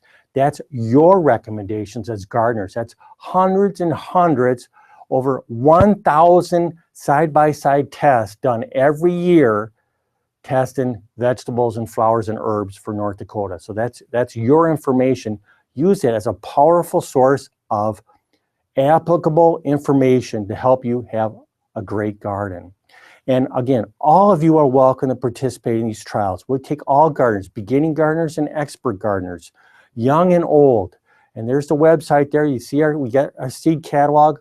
And right now we're filling out those orders right now to get the seeds out to people right now. So please, everybody's welcome to participate. The bigger the team, the better results we're going to get. Okay, from that, let's talk about some of the best performers. And I always ask, who knows what vegetable this is? And usually I get the answer of a cherry tomato, but it's not a cherry tomato. If you look carefully at the leaves, this is asparagus. This is an asparagus fruit. And you may not know this, but there are boy and girl asparagus plants in the garden. And the girls, they live a balanced life. They produce spears, but they also produce berries. They produce fruits. And those fruits take a lot of energy out of the female plants. And that's why when it comes to asparagus, if you want spears, we got to go with the all-male cultivars.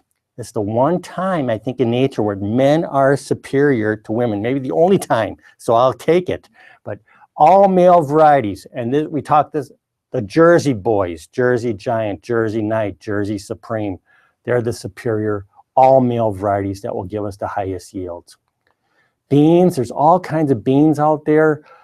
This year I'm especially interested in a purple bean that's called a Purple Queen Improved. It's the bean of 2016 from the Vermont Bean Seed Company, and we're testing that this year.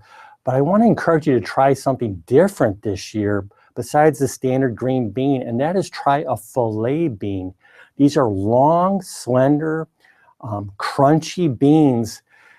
The variety Crockett is an amazing producer of quality beans, and I can tell you right now that when I fill out our seed orders, we'll get 5 times more orders now for fillet beans than we do with the standard green beans. Our testers have seen them both, and they see the value of fillet beans. I encourage you to give them a try. Just explore a little bit in your garden. You'll just be amazed at some of the results you see. Here's a new beet that's available this year called Avalanche. It's a white beet. This won the All-America Selections Award. And an All-America Selections winner is one that has performed well across the USA. But in my personal opinion, All-America Selections kind of gives emphasis on novelty crops. So I don't think Avalanche beet is anything special, but we're going to test it against another white beet, but we'll see what happens. It could be, it's supposed to be a milder flavor and it won't cause staining. We'll see what it's about. That's part of what we do, is that we like to try new cultivars. Maybe we'll discover something amazing, but sometimes when we do research, we find that some things are not that amazing either, and we need to get that information out to people. Carrots, we do lots of carrot trials, and for gardeners, I encourage you to try a Nantes type. Most of us don't have a deep enough soil for the Imperator types, and the Chantilly types those are good. Those are big clubby carrots that we can use for juicing, but generally for a home gardener, the Nantes types are the types that do well. And some of the cultivars for that have done especially well in our trials are Goldfinger and Nelson. Those are hybrids that are high quality and very uniformly shaped roots.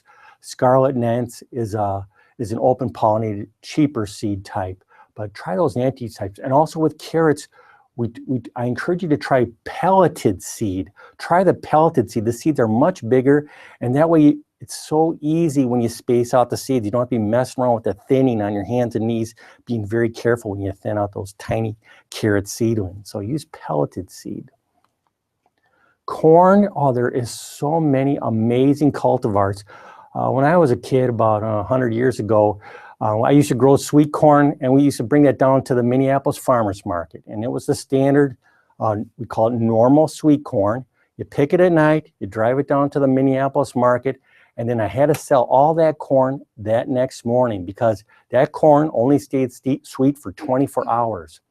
The corn today, the super sweets and the sugary enhanced types, are 2 to 3 times sweeter, and they hold on to their sweetness.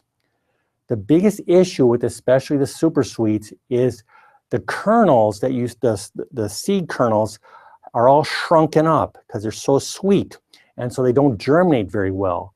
But there's new advances that are just going on the last 5-10 years that have made remarkable progress in improving the seed stands. So I encourage you to try some of those super sweets out there. It's just amazing sweetness that you can just be totally delighted and just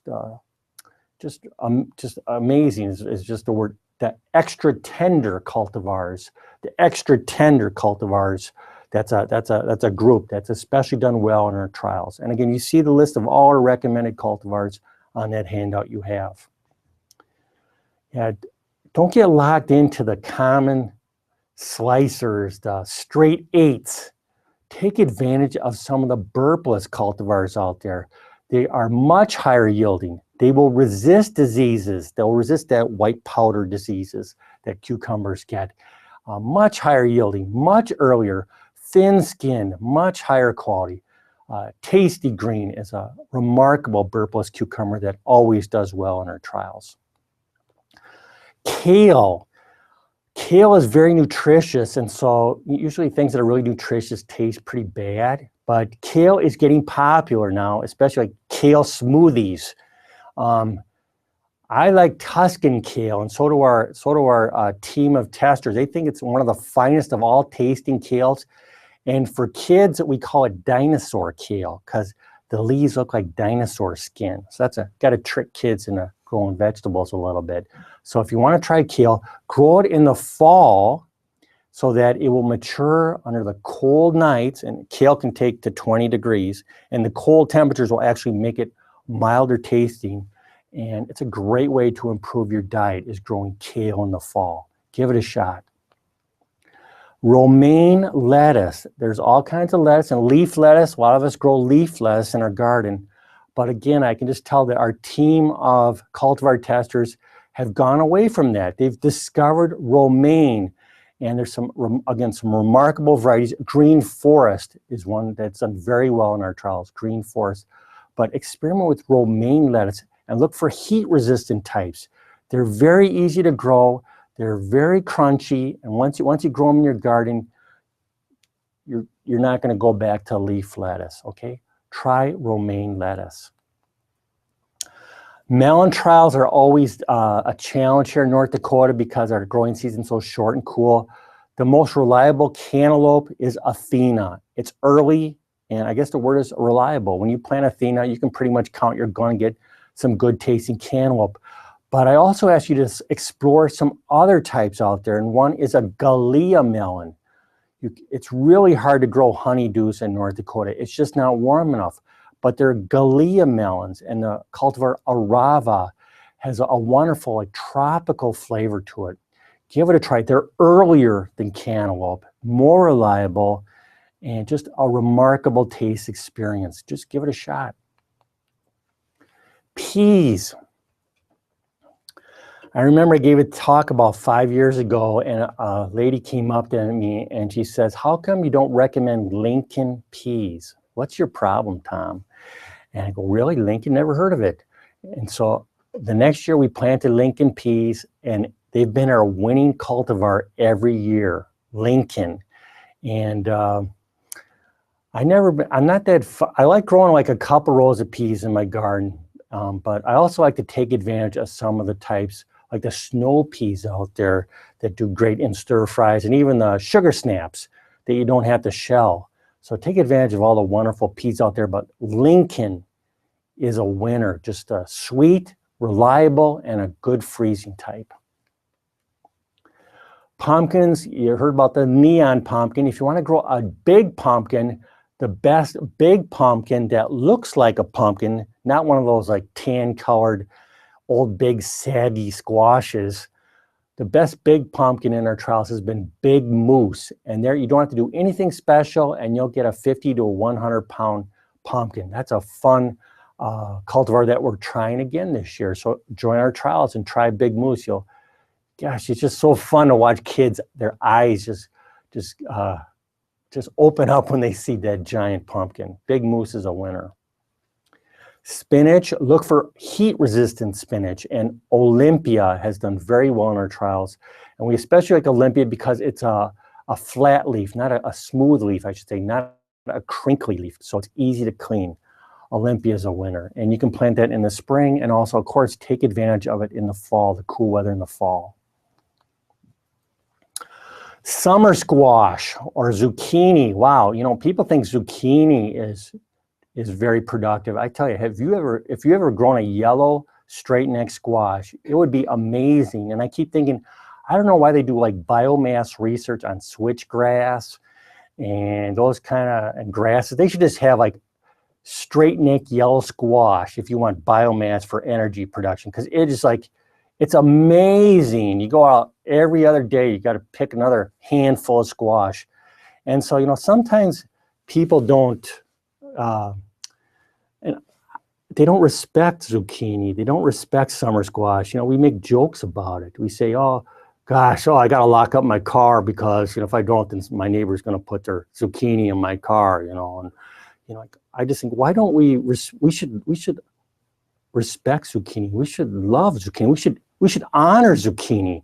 Wow, what a productive plant. What an amazing plant. You're producing all this food for me. And instead we ridicule it. The problem is, it's not the zucchini plant. The zucchini and the summer squash, they're remarkable plants. Our problem is we just don't know what to do with it. So we should look inward to find alternative uses. And besides food, when I was a kid, if we missed a zucchini harvest, we'd come back a few days later, we'd have a beautiful big zucchini that we could carve and make into like a little boat, zucchini float. You can put a mast on it, and I think you can have zucchini races down the Red River or the Missouri River. There could be like fundraising efforts here, taking advantage of the recreational uses of zucchini. And also, I think another use of zucchini that people don't appreciate has to do with the legend of Montana Maggie. And Maggie, this is a true story. Maggie was someone who had a garden, and one day a big bear came to her yard, and the bear started eating the seeds out of the bird feeder, eating the seeds. And Maggie's dog didn't appreciate that. So Maggie's dog going bark, bark, bark, bark, bark. And then the bear started getting mad. Then Maggie got off her chair, got out of the kitchen, and went out to the deck and saw that bear, and she goes, Bear, you get away, you shoo, bear, you shoo. And that just made the bear madder. And so all of a sudden, here comes the bear, charging after Maggie. She's on her deck, racing through into the kitchen door, and she's trying to slam that kitchen door closed, and she's got that big bear face right there. So what does she do? She looks for the kitchen counter. Where's that knife? Where's that knife? She just grabs something. And what does she do? She takes a big zucchini and bops that bear, and that bear startled away and runs away, not knowing what happened. So how about zucchini? A great crop that you can eat, you can play with, and you can defend yourself. Lots of great uses for zucchini. And I think one of the best varieties is Spineless Beauty. That's really a winner, and it doesn't have the prickly spines for it. The best winter squash, moving on from that, a lot of people who like winter squash will tell you Buttercup has the finest quality flesh. And Buttercup's from North Dakota, so it's got to be great. Burgess is the standard Buttercup. It's an early cultivar.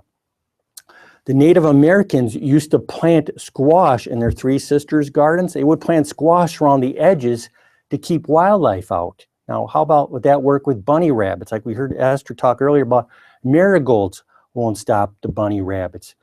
So you could try to plant the Buttercup squash around to protect the rabbits. But if that doesn't work, we all know there's other solutions to the bunny problem, right? Okay, there you go. That will work too. Or maybe a fence will work. That's a 4-foot tall fence. If all else fails, this year, marigolds might not repel them, but I'm going to try Swiss chard. Swiss chard is the most bitter, worst tasting vegetable I can think of. It's the most beautiful vegetable, but it should be looked at, not eaten, I think. You know, it's just terrible tasting. I know there's people out there say they love Swiss chard. Yes, yes. I'm just going to put a couple pounds of bacon in with it and some garlic, and it tastes just great. But for just sheer beauty, you want to have the most beautiful vegetable garden, try Bright Light Swiss chard. And then I recommend you harvest it really early when it's young, and then it's less bitter. I want to talk briefly about tomatoes. A lot of people are always interested in what's the best cultivar for tomatoes. There's all kinds of different varieties out nowadays, all types of colors and shapes, just beautiful. Even here's a yellow pear cultivar, and it's from Fargo, the Fargo yellow pear. And this is often praised for being one of the best for making tomato preserves. It's an heirloom, and generally I do not recommend heirlooms because they are not productive, they are not reliable, they're very susceptible to diseases. So even though it's kind of romantic to grow heirlooms, you know, you feel good about the past, but like, you know, there's a reason why an heirloom is an heirloom. We've moved on. We've made progress. Nevertheless, some heirlooms have very special taste qualities. But I just got to say, heirlooms require more management. Give the plants plenty of spacing. Almost all of them are very viney, so we're going to have to prune and trellis them. Never get the leaves wet at night. And I would also say just realize they're heirlooms, and they're generally low yielding. Not always, but generally they're not as reliable. So have lower expectations and you won't be heartbroken. I really like determinate cultivars. This is Roma, for example. And well, if you can't grow a Roma, then you're going to have to go to our remedial Master Gardener class next year, and because that is the easiest to grow of all tomatoes. Determinate types are nice for us in North Dakota because they're easier to take care of. A determinate vine terminates when the flower blossoms come on. So the plant is compact, and trellising is optional, and you don't have to prune them. And usually they're earlier. So a determinate cultivar is generally good for us in North Dakota. Indeterminate vines never stop growing. They just keep growing and growing. And that's good if you have a long season. Like let's say you live in Florida or something, you don't worry about frost in late September. But indeterminates require more pruning. You got to prune them and you got to trellis them. But the nice thing about an indeterminate is, since it's always pushing out new leafy growth, you generally have larger fruits and more flavorful fruit because there's more sugars being produced in the vine. But the problem is in general, the harvest is more extended Whereas in North Dakota, we have a short season. It's good to take advantage of an early cultivar that has a short, compact yield. Here's some of the most popular ones. The D stands for determined, I is indeterminate. Celebrity is probably the most reliable. It's got a good disease package, we say. Mountain Fresh Plus has a nice fresh market type. Roma is the best easy to grow canning type. Early Girl is an indeterminate type, but it's not a particularly aggressive one. And we like it for its earliness. Big Beef is a strong beefsteak type, and for cherry tomatoes, Super Sweet 100 is praised because it cracks less than Sweet 100. And last, let's just talk about watermelons. You can grow watermelons in North Dakota, and the top one in our cultivar trials is Sweet Dakota Rose. It's developed right here in North Dakota. It's the most flavorful watermelon that our testers have, and it's reliable. But even for more reliability, I encourage you to try a yellow type, something you can't buy at the store. An early moonbeam is very early, very reliable, and just a unique taste experience. So give that a shot. Let me just thank again with the photo credits and then ask for any questions you might have about our cultivars. Again, try to explore this year. Have some fun in your garden. Try something new. And I invite your questions.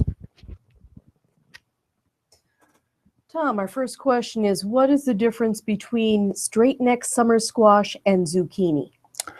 Okay, a straight neck summer squash and zucchini, they're both summer squashes, so they're very similar. Straight neck summer squash is generally a yellow color, and it's often used, especially good for, it has a nice texture for grilling. It's often used for grilling. Zucchini, there are zucchini types. It has a slightly different texture. There's golden and green zucchini, but it just has to do a slight difference in the texture itself. Both are extremely productive. From Sargent County, are any of the variety trial results from high tunnels? We don't, very few, I'm not aware of any from high tunnels. Because high tunnels represent like less than 1% of the gardens in North Dakota, so they would represent less than 1% of our results.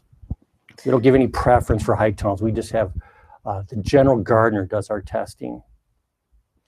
This is Esther McGinnis, and we are going to be testing tomatoes in high tunnels in Williston, Bottineau, and near Fargo. So we are trialing 9 different tomato varieties. So we will have that research to complement what you do. Okay, that's great. All right, other questions here. Can you explain what the letters are behind a tomato? I'm assuming in the catalog. Yeah, when you see in the catalog, they often list like VFN are the most common ones. Those are 3 common disorders that tomatoes get. V is for verticillium wilt, F is for fusarium wilt, and N is for nematodes. So the VFN just gives you an indication that there's resistance to these disorders in your cultivar. But I would have to say, in general, though, more and more, almost all modern cultivars have good resistance to these, and I don't pay too much attention to that VFN anymore. A lot of cultivars don't even list them after the cultivar name, but you can find that information in a related table. You can find it online, or some of the higher quality seed catalogs will have a table and list all the different diseases that they resist. Okay, from Grand Forks, what tips or tricks for growing sweet potatoes? Oh my Lord. Okay, the first thing I recommend, you move to Louisiana. That's the first thing I recommend. But you don't want to hear that for an answer. Okay, this is North Dakota. We're one of the shortest growing seasons, coolest summers in the world, or in America for sure. So this is how you succeed at growing sweet potatoes. First of all, you can find a cultivar like Beauregard. Next, have low expectations. You know, don't expect to have a high quality sweet potato root when you harvest.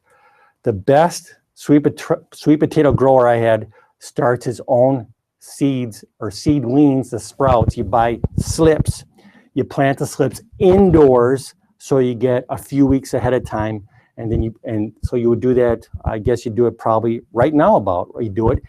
And then you would move the sweet potatoes when it's hot outside, end of May, early June, and then put your transplant out in the garden at that time. And that way we're extending the season. Then maybe some, like you talk about a high tunnel or any type of protected cultivation that could generate heat would be a good thing. So maybe a low tunnel for a common gardener. But start your slips indoors. And again, you're working against Mother Nature with this. But that's the way to do it. That's what I would do. And he showed me, Corey's my sweet potato grower in Bismarck, and he shows me some quality roots that he's developed, but you got to start them indoors. Oh, we have tomato troubles here, Tom. The plant leaves dry up from the bottom up. What can we do? Okay, welcome to everybody's world in here in North Dakota. That's most likely Septoria leaf spot, and the way you identify it is you see it starts from the bottom, the disease comes from soil splash onto the lower leaves, and you see little tiny lesions with like a burgundy purplish halo on them. Septoria leaf spot, I think personally, it's just like getting gray hair. It's just part of the aging of the plant. You can't stop it. I'm getting gray hair. I can't stop it. It's going to happen. And same with old tomato vines. They get it. There's no genetic resistance to Septoria leaf spot. Okay, there's no genetic resistance to it. And so what do? We try to minimize it from getting onto our vine. So what do? Good sanitation in the fall can help. You can put a barrier between the soil and the vine. You can use plastic mulching, for example, like black plastic or even red plastic mulching does best for tomatoes. And that serves as a barrier between the soil and the lower leaves. Avoid soil splash when you water. Gently water at the base of the plant. Avoid getting the leaves wet. Get on top of it early. Again, it's just like gray hair. It's gonna get it. So be on top of it early, and then you can use preventative fungicides like copper or chlorothalonil is the most common chemical out there. Chlorothalonil starts with a C, CHLOROTHALONIL, or just use a copper spray to protect against infection. But I would say just expect it to happen. Try to resist it. Don't lose any sleep over it, because usually before the plant dies from it, the Jack Frost will kill your plant. Okay, can we grow fava beans here? And if so, what variety would you recommend? Okay, I have not grown fava beans here. That's another type that would like a warm season, but I think you could grow them here. I look at some northern seed catalogs and I see them being offered. So you can give it a try. I think, again, explore. Maybe that's something I'm going to have to explore. Maybe I'll explore that with you this year, but I see it in some of the northern seed catalogs. A seed catalog, I don't want to just endorse one, but there's Johnny Selected Seed from Maine, and there's some other ones from the north like Pine Tree and Territorial from Oregon. These are some of the northern seed catalogs, and if I see something like that in a northern catalog, I can give it a try. So I don't know, I can't make a recommendation. We've never tested any cultivars of it. All right, what type of lighting should I use if I'm starting seed inside my home? Okay, as far as starting your seeds, the quantity of light makes the difference, not the quality of light. So even something as simple as fluorescent tube does the job for seedlings, and that's all we're talking about. We're just going to grow them as seedlings for a month or 1 to 2 months. And so what I do is I want to get as much quantity of light as possible. And what I'll do is I'll put here's my bed and here's my plants growing. I'll put my hand on top of the plant and I'll just drop the fluorescent tubes until my hand feels uncomfortably warm. If my hand's uncomfortably warm, that means the seedlings are uncomfortably warm. And then I'll just prop up the lights a little bit higher so the seedlings are not too warm. But I want to get as much light as possible. I don't want to put them near a cold windowsill, because it's too cool for those plants and they'll get more likely to get diseases that way. So fluorescent lights are just fine. LCD lights are just fine. We usually stay away from the traditional incandescent light bulbs because they generate too much heat and not enough light itself. You don't need grow lights to start seedlings. All right, what's the difference between a yam and a sweet potato? Oh my Lord. Okay. Okay, is this Louisiana State University contacting us here? What's that about? Okay, yam and sweet potato. Wow, this gets back to my introduction to horticulture class. Yams, I think technically are from Africa, and sweet potatoes are not. You know what? That's all I know. Well, you're right, and I think the yams that are labeled as yams in the grocery store are technically sweet potatoes too. They're all mislabeled. Don't worry about it. So what's the best rhubarb for southwestern North Dakota? Okay, we haven't done any rhubarb trials, but okay, what are the common varieties? Canada Red is the most common cultivar of rhubarb, and it's a easy. Almost every rhubarb will do well, my goodness sakes. Valentine has a deeper red vein to it. McDonald is an old cultivar, but I think Canada Red is generally considered one of the most popular, and that's the one I'd plant. What seeds can you plant in the fall that would come up in the spring? Okay, sometimes people, well, of course, garlic, it's not a seed, but a lot of people, you start your garlic in the fall. Some people try spinach in the fall, and you get the seedlings just about started, and they just start to sprout, and then you mulch over them, and then you're off to a quicker start earlier in spring. But you got to pray for snow cover, and it's much less reliable. I think garlic is really the only plant that I think you really get much benefit from doing that in the fall, only garlic. The rest you're just kind of playing games in the garden. What's the best method to determine when the early moonbeam are ripe? How do you tell when a watermelon's ripe? Wow, that's a great question, man. How many mistakes have I made in my life on that? But what you look for is you look at the watermelon and you look at where it's attached to the vine. So you look at the stem end of the watermelon, and then right there you will see these little curly tendrils, you know, that cucurbits give off. So you look at the tendril that's right next to the stem attachment, and when that tendril is brown and dry, that's a sign your watermelon's ready to pick. That's the best, that's a most reliable tool. The thumping and stuff is not that reliable. Focus on the tendril that's attached on the stem, right where the stem attaches to the watermelon. How do you prune indeterminate tomatoes? Our tomato plants were huge and not very many tomatoes set. The ones that set didn't have enough time to ripen. Okay, that's a couple things going on there. One is if you got really lush growth and not many fruits or flowers, that can be a sign that your soil is too fertile. It's got too much nitrogen. So go easy on that nitrogen. We actually, if it gets too rich of a soil, that tomato vine just goes, oh, life is so good. I don't have to have children yet. What's a rush to have offspring? I'm just going to keep growing and growing. And so you got to kind of punish that tomato and shake it up. Say, okay, man, your days are numbered. You got to produce your offspring soon. That frost is coming. And so you just use a balanced fertilizer. And then we don't side dress our tomatoes until after the first fruit set. Okay, once they set their first fruit, then they're changed from being juvenile to being adults. And so then we can start fertilizing them after the first fruit set. As far as how you prune a tomato, well, it's a kind of a detailed question, but here's the first tip. Usually what you do for an indeterminate type is we focus on 2 vines per plant. So the original vine is one of them, and then the second vine that we allow will be the sucker that's below the first flower cluster. And if you look at that first flower cluster, just look right below it, you'll see a sucker. It's usually a very strong sucker. That will be, and the sucker is a little shoot between the vine and the leaf itself. You see a little sucker coming out. The one below the first flower cluster will be a strong sucker. And so that will be our second vine. And all other suckers come off. All suckers below that, all suckers above that. And you got to keep taking off those suckers forever and ever until the frost comes.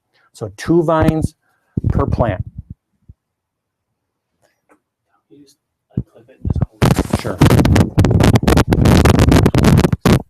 All right, carrots. How do you lighten the soil?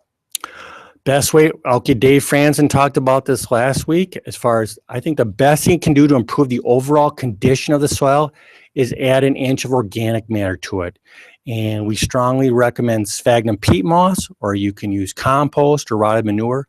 Work that into the soil, and it does a wonderful job of loosening up your soil, and it will improve your soil, whether it's a hard clay or a very loose sand. So organic matter is the answer.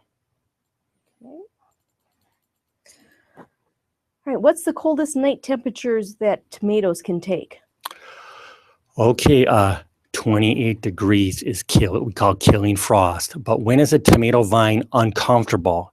When the night temps are in the 50s, it's uncomfortable. And those tomato vines that we put out too early and night temps go in the 50s, they can experience stunted growth. So that's why you should be patient and not put out your tomatoes till the end of May. Okay, but killing frost, right? 28 degrees.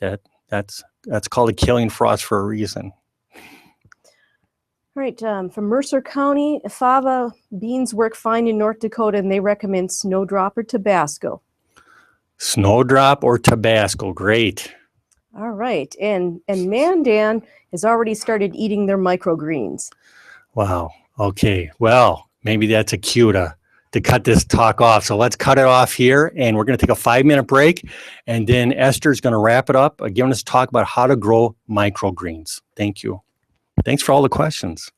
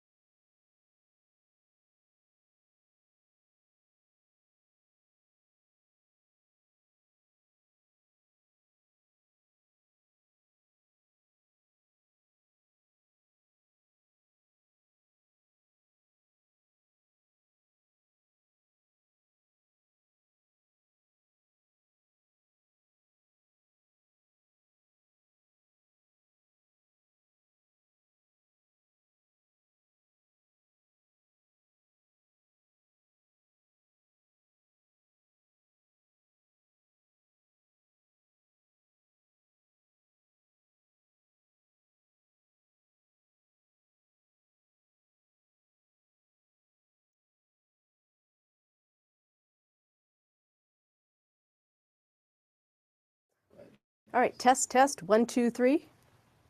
Sounds good to me. PowerPoint's there.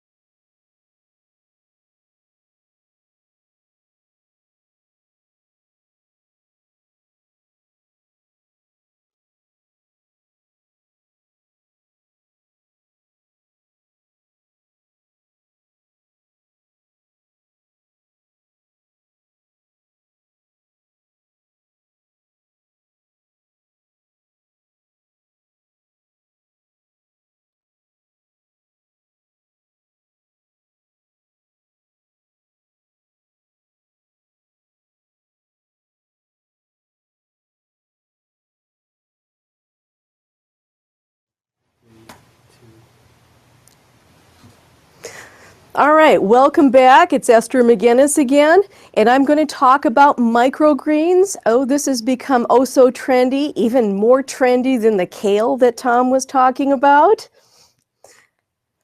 Well, some of you may ask, why would I want to eat microgreens when I have been successfully growing sprouts for all these years? You know, alfalfa sprouts and radish sprouts. And indeed, I used to grow alfalfa and radish sprouts, really enjoyed the flavor, and it was something fun to do in the middle of winter.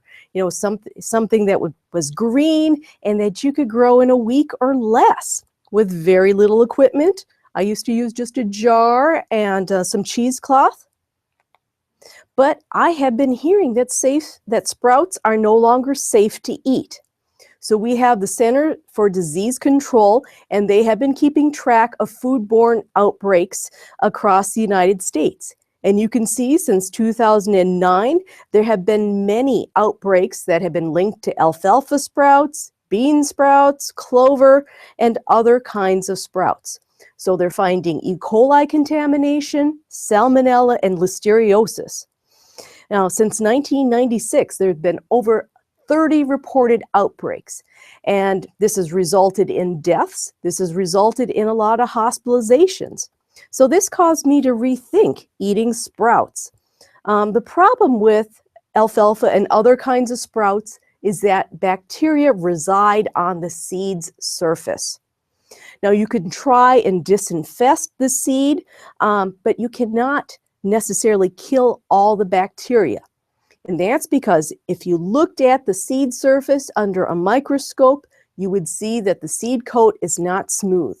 It has lots of nooks and crannies, and that's where the bacteria like to hide.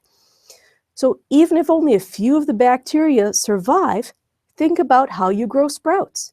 You grow them in a warm, moist environment, and that's conducive to those bacteria growing extremely rapidly. So the FDA has categorized alfalfa sprouts as a potentially hazardous food. Who knew? So the FDA recommends that the following individuals avoid raw sprouts: children, the elderly, pregnant women, and people with immune-compromised conditions. Now, if you cook with sprouts, the cooking process does kill the harmful bacteria, but most of us like to eat our sprouts raw. So this is when I started to get into microgreens.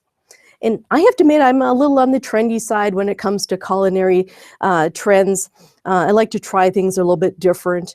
And microgreens are being served at some of the fancier restaurants. I mean, even here in North Dakota, you're starting to see it. They're extremely nutritious, they're easy to grow, and most importantly, there's a much lower risk of foodborne illnesses. So what's the difference between sprouts and microgreens? Well, with a sprout, you're essentially eating a germinated seed. So you're eating the whole sprout that includes the seed, the root system, the stems, and those cotyledons. And you're growing the sprouts in that water. So any bacteria is transferred, from the seed to all parts of the sprout. Microgreens, a little bit different. So you grow microgreens in a potting soil. The seed is buried and you do not consume the seed. Instead, you grow the microgreen until you actually see the first set of true leaves, and then you trim the microgreens right above the soil line and you eat the stem and the leaves. Now, microgreens, as a result, are not labeled as a potentially hazardous food. So with microgreen supplies, extremely easy. You don't have to go and buy anything fancy. I just went out to my garage and I found some disposable roasting pans. Those aluminum roasting pans that we have for when we're making a turkey. Those work great. Or if you have a seed starting flat at home, perfect. I've even seen people use takeout containers or those little plastic containers that lettuce comes in. Now, what you need, though, is a flat tray. You don't need the individual cells. But the important thing is it must be clean. Then start with a brand new potting soil. Don't reuse soil. Don't get soil from your garden. And definitely don't use compost or manure. So you start off with new potting mix, and then you won't have to worry about any contaminants. Now, as far as microgreens, there are so many different varieties that are conducive to growing under these conditions. So a lot of your leafy greens, your arugula, the peas, kale, mustard, beets, Swiss chard, and then some of your herbs like basil are great. You can try other seeds like radishes, which are a little bit spicier, and then the peas. The pea microgreens are just oh so tasty. Now, I would not recommend growing lettuce. Lettuce is going to be a little bit too delicate, so stick with some of the other leafy greens. To be safe, make sure your seeds are not treated with some form of fungicide. You would know it because it would have that colorful coating on it. Seeds. Now, these can be purchased almost anywhere. You're seeing them in your local garden centers. If you want to purchase them online, Johnny's Selected Seeds has a great selection of them. If you're going to be doing this on a large scale, though, it is cheaper to buy in bulk, so you can save yourself a little money. Now, with planting, extremely easy. So you moisten the potting soil and then you spread it in the container, just spreading it evenly to a depth about of 1.5 inches. And then you broadcast the seed on top of that. You're going to be broadcasting this at a higher density than you would expect because you want this flat to be jam-packed with all these microgreens. Now, in general, follow the recommendations on your seed packets. It's usually like 10 or 12 per square inch. With the peas, you would go a little less dense because the plants are, in fact, a little bit larger.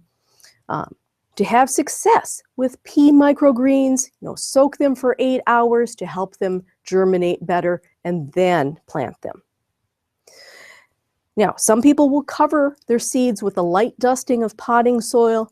The key here is not to go too deep, maybe 1/8 inch, but I've also heard that some individuals don't even bother to cover their seeds as long as they keep their seeds well hydrated. So you can water with a spray bottle and then cover it. If you're using a seed flat that has a dome, that's a natural covering. Otherwise, you can use saran wrap or a plastic wrap like I did. That worked perfectly fine. But be careful. You want to carefully monitor your seeds. Once they start germinating, take off that dome or take off that plastic wrap because we don't want to have any fungal or mold growth on our microgreens. So once they start germinating, take off that cover. And then you'll have to be a little bit more careful about watering, making sure they don't dry out. And on the other hand, making sure you don't waterlog them. So be balanced in your watering. As far as growing conditions, extremely easy. Just find a sunny window. If you're a little bit more high tech, you could grow them under fluorescent lights. Like Tom mentioned, those fluorescent tubes are great. The shop lights, you don't have to go really expensive. You just need to provide a minimum of 4 hours of light, enough to green them up, and then at around room temperature. Now I've given you a range of temperatures. At 75, they're going to grow faster. At 65, they would grow slower. Timing. So timing is also going to depend on the seasons and on the temperatures. So most of these microgreens you can grow in a 2-week time frame, from seeding to harvest, including some that we have provided to your extension agents. So hopefully some of them have grown the kale, the mild micro mix, the mizuna, the mustard, and the radish. So you're probably seeing samples of that right now. Now, when I grew these samples during the dead of winter, it took 14 days. But at this time of year, you'd find it's actually only going to take 10 days or maybe even a little bit less. And that's due to the warmer temperatures we're having and the fact there's more sunlight. Now, peas will take a little bit more time, but I promise you it's worth it. Absolutely worth it. All right, so I have my assistant here who was helping me grow both kale and pea shoots. So we harvested most of the microgreens when they were about at the 3-inch stage. So the leafy greens, you want them just after that first set of true leaves has unfolded. And then you would just trim that with some scissors. We'll talk about that next. Now with the pea shoots, you can go a little bit taller. We harvested them at the 6-inch mark and we had a much larger quantity as a result. So with harvesting, my assistant was invaluable. We just took scissors and clipped those microgreens right above the soil line. You do not want to be pulling them out of the soil because you don't want to be consuming the seed. You just want that stem and that set of leaves. And then preparing them. Really easy. It's like lettuce or any other green. You want to be safe. You rinse and dry them. Now, this is going to be most flavorful if you consume them right away, but you can keep them for a couple days in your refrigerator, but, try and use them up quite quickly. Now, you can eat this raw, and in fact, that's where you're going to get your best flavor with these leafy greens, is eating them raw. I like to eat them with a little bit of salad dressing, a little bit of ranch, a little bit of Italian, and it's just perfect. But if you like, you could top your ham sandwich with them. Use them a little like lettuce. Yes, I'm starting to sound like Julia Child here. Put them in your soup. Or if you get really fancy, put a few on top of your entree like they do in the fancy restaurants. All right, they're making fun of me here, so I better move on. Now let's talk about nutrition and taste. I personally like the spicier ones. I like the flavor of radish and mustard and kale. And then I mentioned the pea shoots. Now, some of you may like some that are a little bit more mild. But keep in mind that overall, you're getting a lot of nutrition here. We had a recent USDA study, which found that microgreens in general have 5 times the level of vitamins and carotenoids of a mature plant. So, this is just absolutely fabulous when it comes to food and nutrition, and you can grow this in a matter of 10 to 14 days. It's a win-win situation. Now, you're going to be hearing more about this in the future. You're probably going to start seeing this at farmers markets. So be prepared, be trendy, be bold. All right. So I'll turn the microphone over to Tom, and I bet we're going to be signing off for the evening. Oh, not so fast. We got a question here. Oops. How about when you grow these in trays, should you have drainage holes in the trays? You can do it either way. Now, I was using what I had at home, which did not have drainage holes, so I was more careful in my watering. I did not want to waterlog them. It is always better to have something that drains, to have a 2-tiered system, so the top flat can drain into something else. That is better. But if you're careful, you can get away without having drainage holes. So it's really up to you. And then do you have to use fresh potting soil every time? Yes, I would use fresh potting soil every time when it comes to food safety concerns. So the sprouts, do they regrow after you cut them? The sprouts do not regrow after you cut them. Now, the pea shoots look like they were sending up a little bit, but it didn't amount to much. There's just not enough energy in the roots to really regrow much. Yeah, it reminds you, like when you thin out transplants, whenever we cut, if you cut below the cotyledons, that's it. No regrowth. And with these sprouts, we're cutting below the cotyledons. So there you go. Short, sweet life they provide. Do you have a special variety of peas that you would suggest? Not a special variety, no. I would just make sure that they were not treated with a fungicide. Yeah, I noticed when we got some pea cultivars out for people, there's special ones with tendrils. Did you eat? Do you like tendrils? You eat pea tendrils? There's some cultivars that. I don't remember which kind they were. Yeah, I'd have to take a look. When I packaged them, I just said tendril pea. Mm-hmm. So when it's 3 to 6 inches tall, do those pea sprouts have tendrils on them already? I don't remember them having tendrils on them already. No. Okay. Some McLean County had some tendrils, and they gobbled them up. They like them just like you. There you go. Pierce County got tendrils. Okay, there we go. Okay, who else? So you gotta let them go for, and it's only been like 3 weeks, 2-3 weeks for those peas. So it was 2 weeks. Pretty quick. Mm-hmm. My wife's from Asia. She loves pea tendrils. I'm gonna have to give this a try. Any other questions out there about growing these trendy vegetables? Oh, how about this person has alfalfa seed on hand that they use for sprouts. Can they grow alfalfa as a microgreen instead? Yes, they can. I think I've tried Okay, that. great.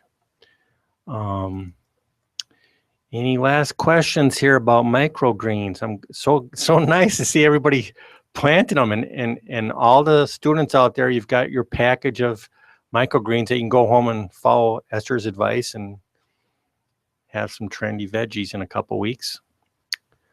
Okay, with that, thank you, Esther. That was really interesting, and so nice a new vegetable that we can all try in our garden or in our indoor garden. Let's just wrap it up here. And I think I'm going to stand in front here. We just got 1 minute to go here. Thank you again, Esther. That's excellent. And we're on time tonight. Thank you, Esther, for that especially. It's rare. I know. I'm sorry. Too many yam questions. Just kidding. Okay, listen. This is the end of our 2016 Spring Fever Garden Forums. Have to give special thanks to the county agents out there for all of your hard work out there, for all these nights you spent. Have to give special thanks to Bob Birch and Scott Swanson. They're the ones who make this happen. They're the ones who get the YouTube videos that we archive. So special thanks to our co-executive producers here. Really couldn't do it without them. They're so instrumental. Thanks to all our speakers, including Esther. Thanks to everybody out there in your participation. We really enjoy doing this, and we love getting your questions. We love this interaction with gardeners, and we're going to keep this going. We're going to keep this going year after year, and that just leads us to, we will do an evaluation of the Spring Fever Garden Forums. And so for those of you who did register online, tomorrow we'll be sending you an online survey. Please fill it out. We really value your input to help us know what we're doing right and where we can improve. And that's what we want to have, the strongest program possible. For those of you who did not register online and you're out there in the county offices, the county agents, they have some paper forms that you can fill out, or you can just give your county agent your email address, and then they will send that to me, and then I'll send you that online form, which is so very convenient. And I promise it'll be very short and sweet. So thank you again, everybody. I hope you have a wonderful spring. I hope you have a great garden season, and we'll see you next year.